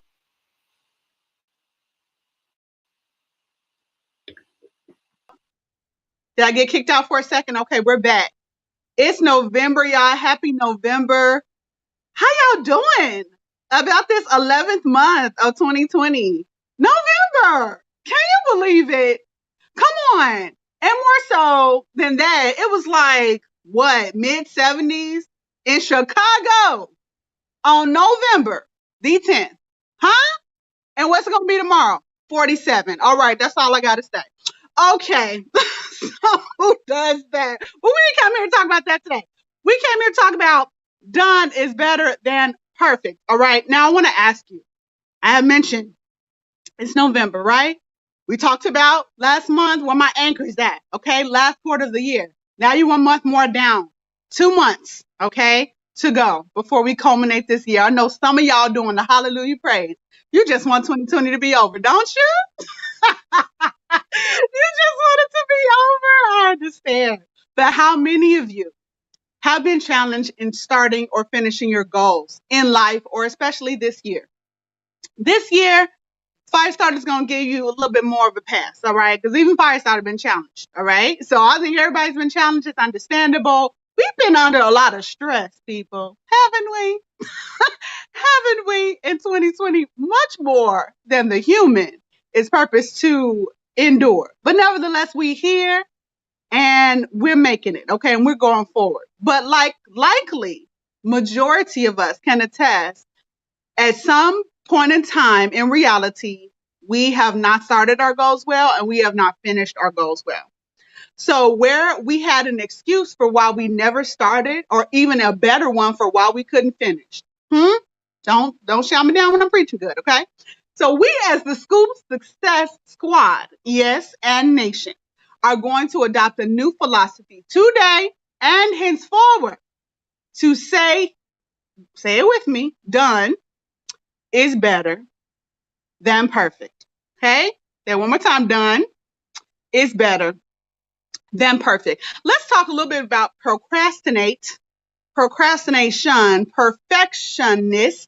perfectionism, perfect. All right, just a little bit. You know I like definitions. You know I'm gonna break down the words. Come on.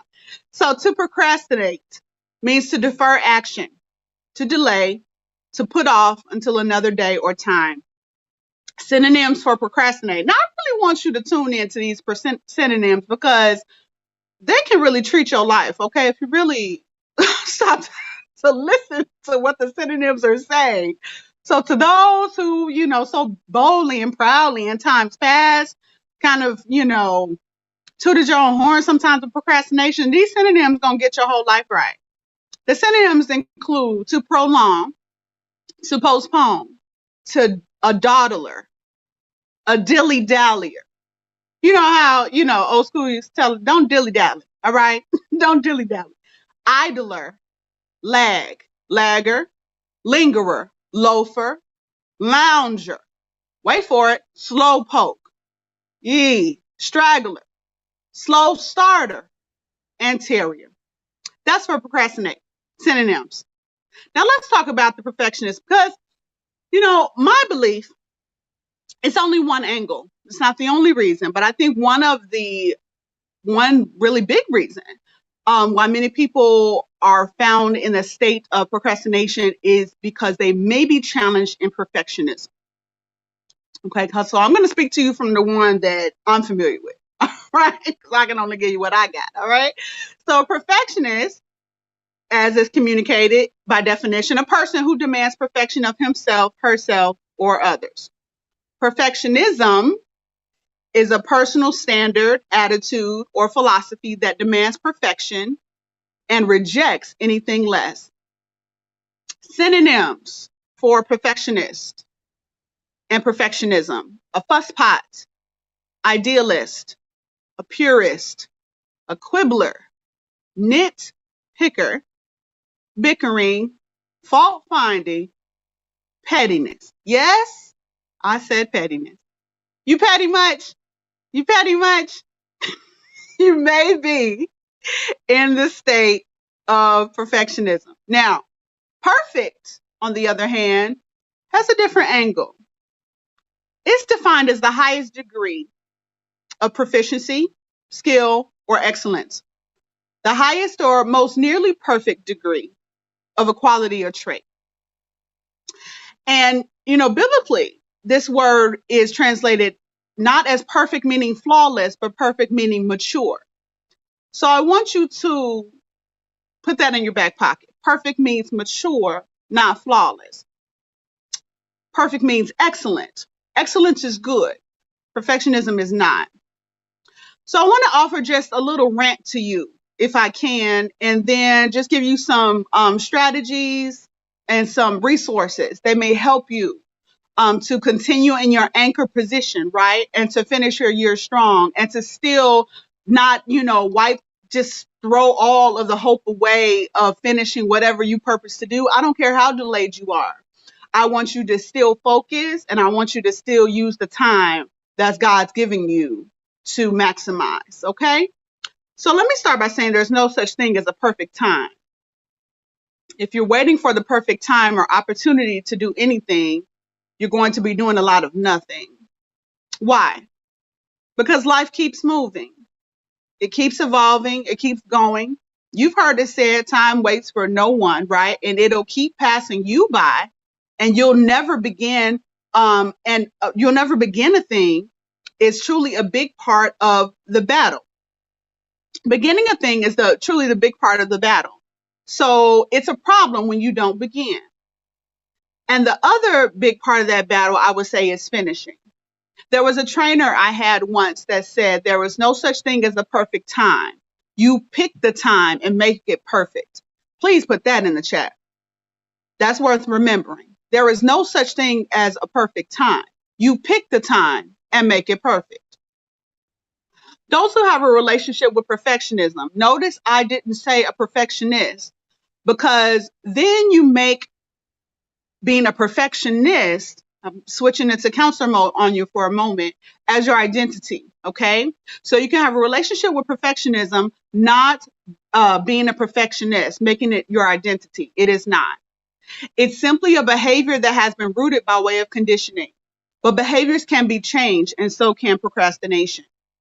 That's why when I looked up procrastinator, noun version, what we sometimes have deemed ourselves, I looked it up in the dictionary, and it doesn't have a definition.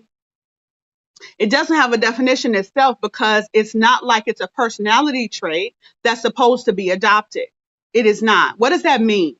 It's something that humans have classified as a part of a person's character that you have to live with, and it's absolutely not. So from henceforth, I want you, if you're guilty, to stop saying you're a procrastinator. Can you do that for me? I want you from henceforth to stop saying, well, I'm just a procrastinator. Because if you never stop professing that you are, you never will not be. And I also want you to stop saying I'm a perfectionist. You thought I wasn't coming for you.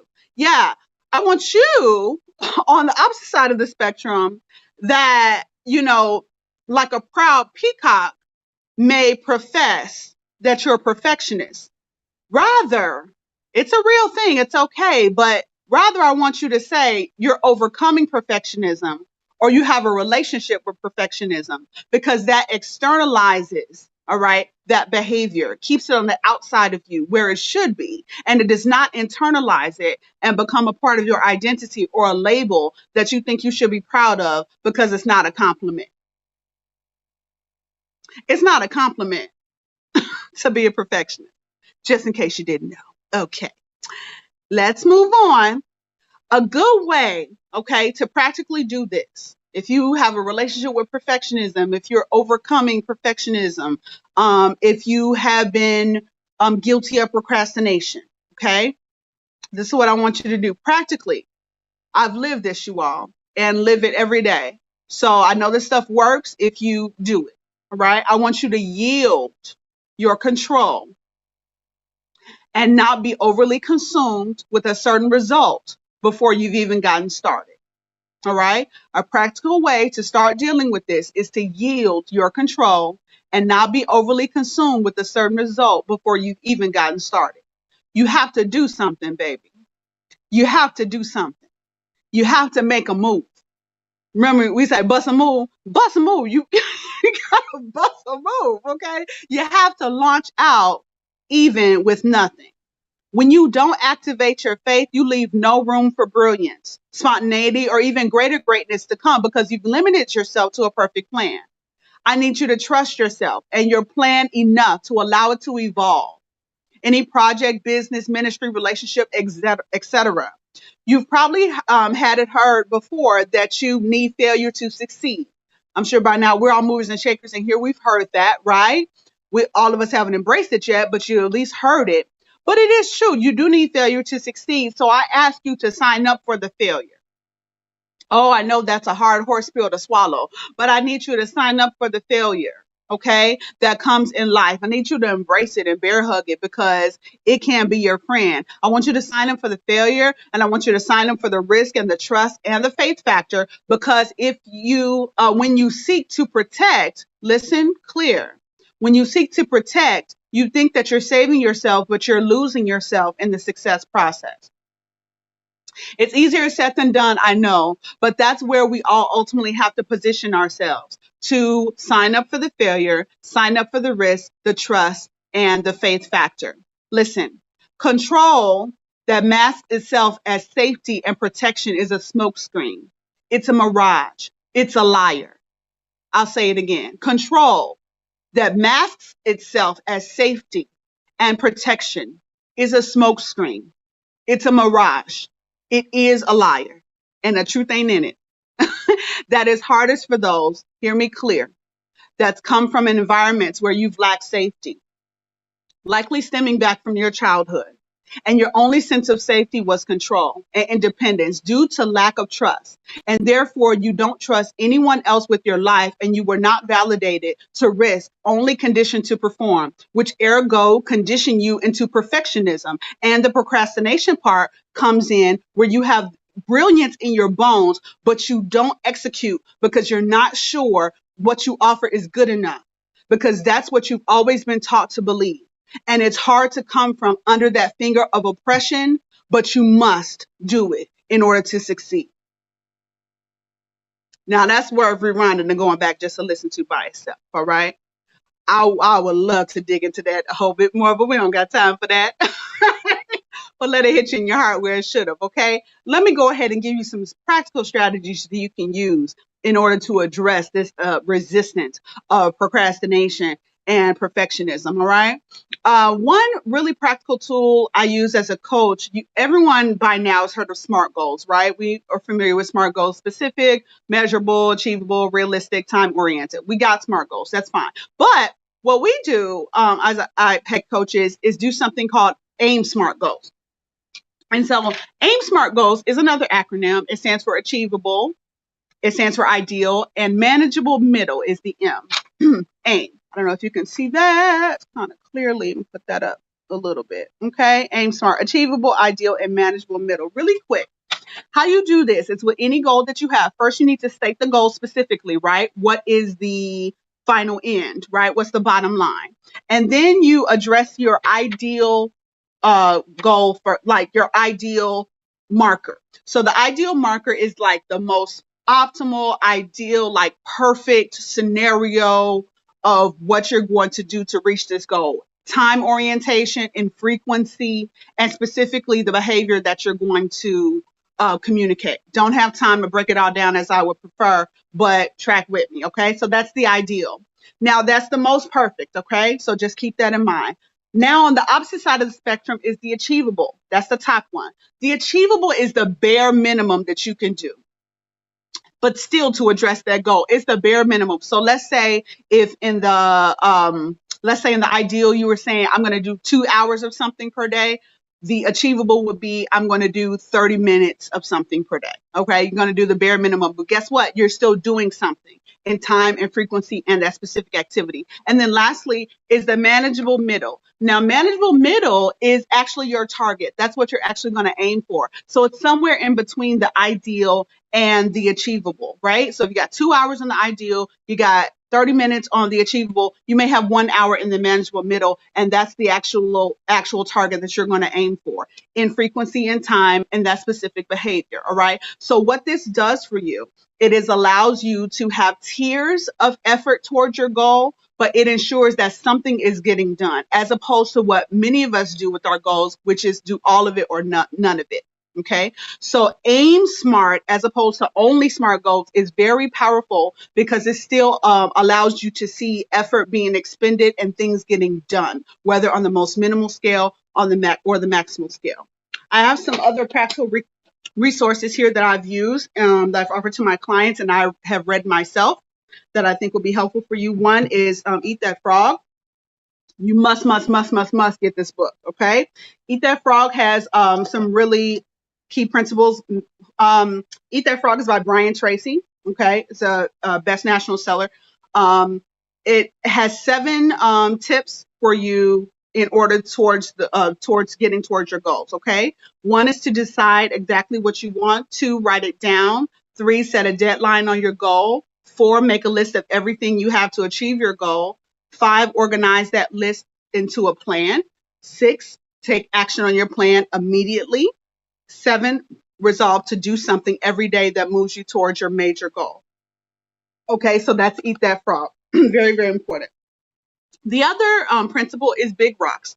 I do big rocks with my clients, and that's something that was adopted by Stephen Covey. And it is also addressed in here as the 80-20 rule.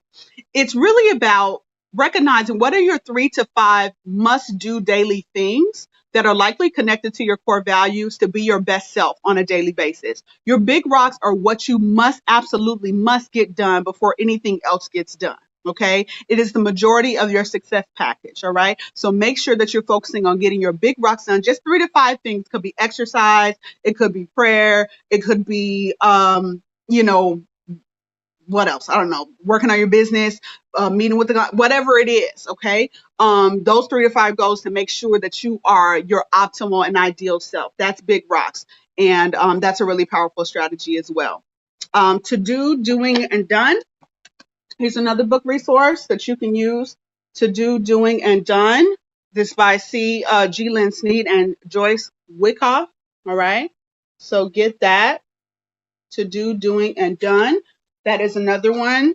Just having you to inch towards your goal completion. And lastly, last book, which I absolutely love, The Procrastinator's Handbook by Rita Emmett.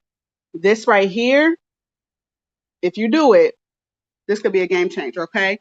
And for those who love apps, I love apps, right, that are really helpful. One that I use is called Tasks, Tasks, and it has like a check mark there. It is like a to-do list, lining up your day in advance type of app. So that's also addressing Eat That Frog, to plan your day in advance. And Task is a great app for you to do that. Tasks, all right? To plan your day in advance. I use it. I love it. Some people just love lists and love to cross out things on their list and see, make you feel more accomplished. And to just get down everything that you need to get done, and whatever it doesn't get done, you can transfer on to the following day, so on and so forth. So that is what we have for you for Passion Talk today. Listen, I want to extend an opportunity to my Scoop Nation family first to let you know that Firestarter will be instituting a group coaching program sometime on next month or the top of the year. And it's an insanely favorable rate. All right. So I want you to get the news first about it. This is for new clients only. Listen, these are very intimate pods and cohorts for the group coaching. There are going to be 6 spots for 2 cohorts. That's a total of 12 people, 6 people in one cohort, 6 in another. And when it's filled, you'll have to just wait till spring 20 or 21. So listen, I've had clients in Scoop Nation. You've been rocking with me for some time. If you know anything about the Firestarter, to get me live, listen, is life-changing for you, okay? So these are not pre-recorded sessions. This is me in the flesh, in person, working with you in a very intimate setting, and I want you to be a part of it. So if you know you want to be in that number or you want more information about it, I want you to email me at firestarterpassion@gmail.com, and I just want you to put group coaching in the subject line, and I will be in touch with you. That's it for today, y'all. Where my people at? What's up, God? Come and holler at me. Questions, comments, concerns. Come talk to me.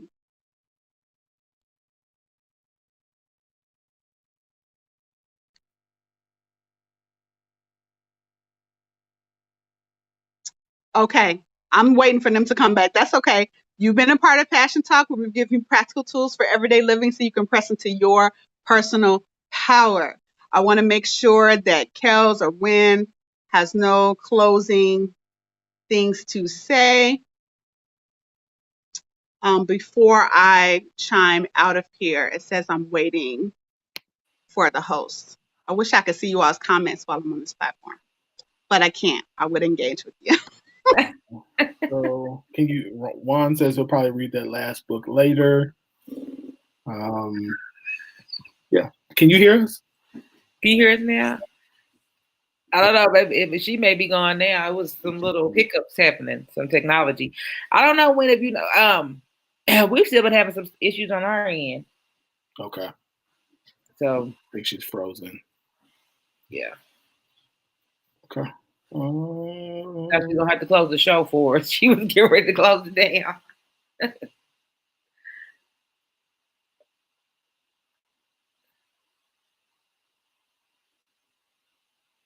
It's storming there where you are, isn't it? It was. Oh, okay. Like, it shows that she's trying to join, but I don't know what's. Hold on, let's try it.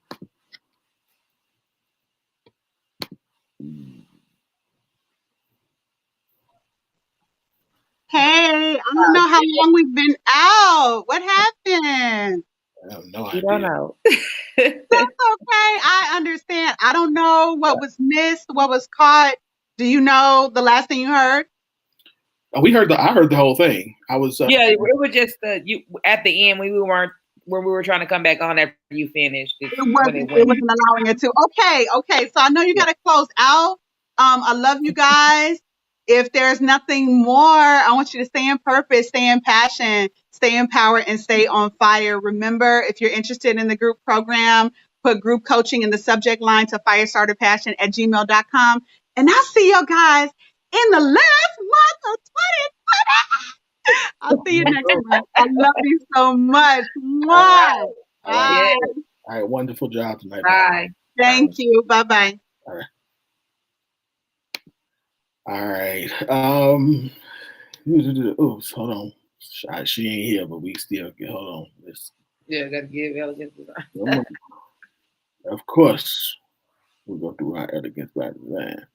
For those who don't know, Q, our third co-host, is the owner of Elegance by Design, and this is her latest commercial about her oil and custard. Which one is this? The curl. Y'all know I don't know nothing about no hair. I can't remember. Sorry. It may be the colon custard. We I just can't remember. No, it's the moisturizer. It's the moisturizer. Okay, well, we're gonna play this. This is one of the reviews, and so definitely we want you to support this by going to elegancebydesign.com, where Lord Jesus, I must be tired. Oh my God. Oh Lord. Where healthy hair and skin is I got you a blank. a beautiful you is their priority. Ooh, my mind went blank. Hey, it happens.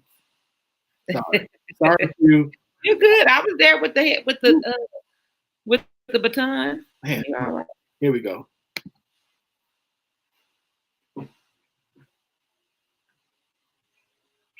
Like, I'm obsessed. It makes it so much easier to comb my hair. Like, I'm working it through my hands, and I just like I can manipulate my hair with my hands because it's so moisturizing. It's so fire. Like, and my girls love it. Like. Yes. So this is the Do Me Daily Moisturizer. There it is. Whoo, come on. Whoo. Sorry, y'all. I'm tired. But yes, the Do Me Daily Moisturizer you can get from her site at Elegance by Design. That's designed with a Z. Elegancebydesign.com. Not only can you get the Do Me Daily, but you can also get some Sexy Shea. You can get the coiling custard. Both. I don't use obviously the hair stuff, but I don't have coils.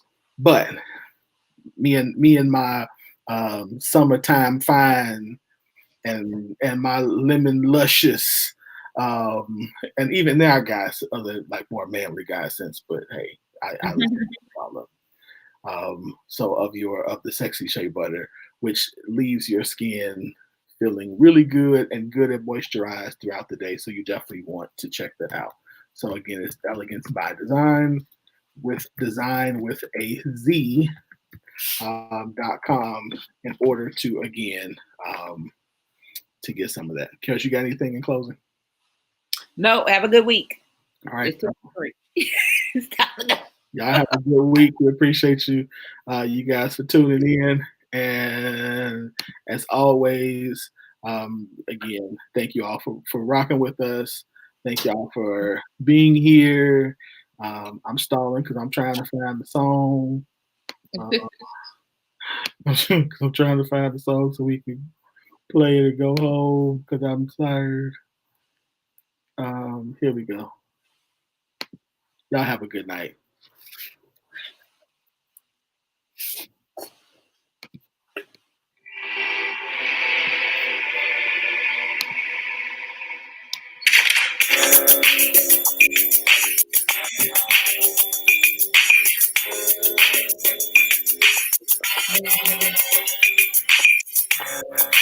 You don't even want love. Then tell me where you're headed, love. If you could just give it, I should just spend it while you standing here. First you say you're with me, and then you try to tease me. So I try to keep it low when you knock me to the floor, cause I don't wanna cry no tears. Would you believe that love is forever, girl? And would you take this long, sweet road and pull it together? Baby, if this is goodbye, I want one last try. You just can't give up. Can't you see the tears in my eyes?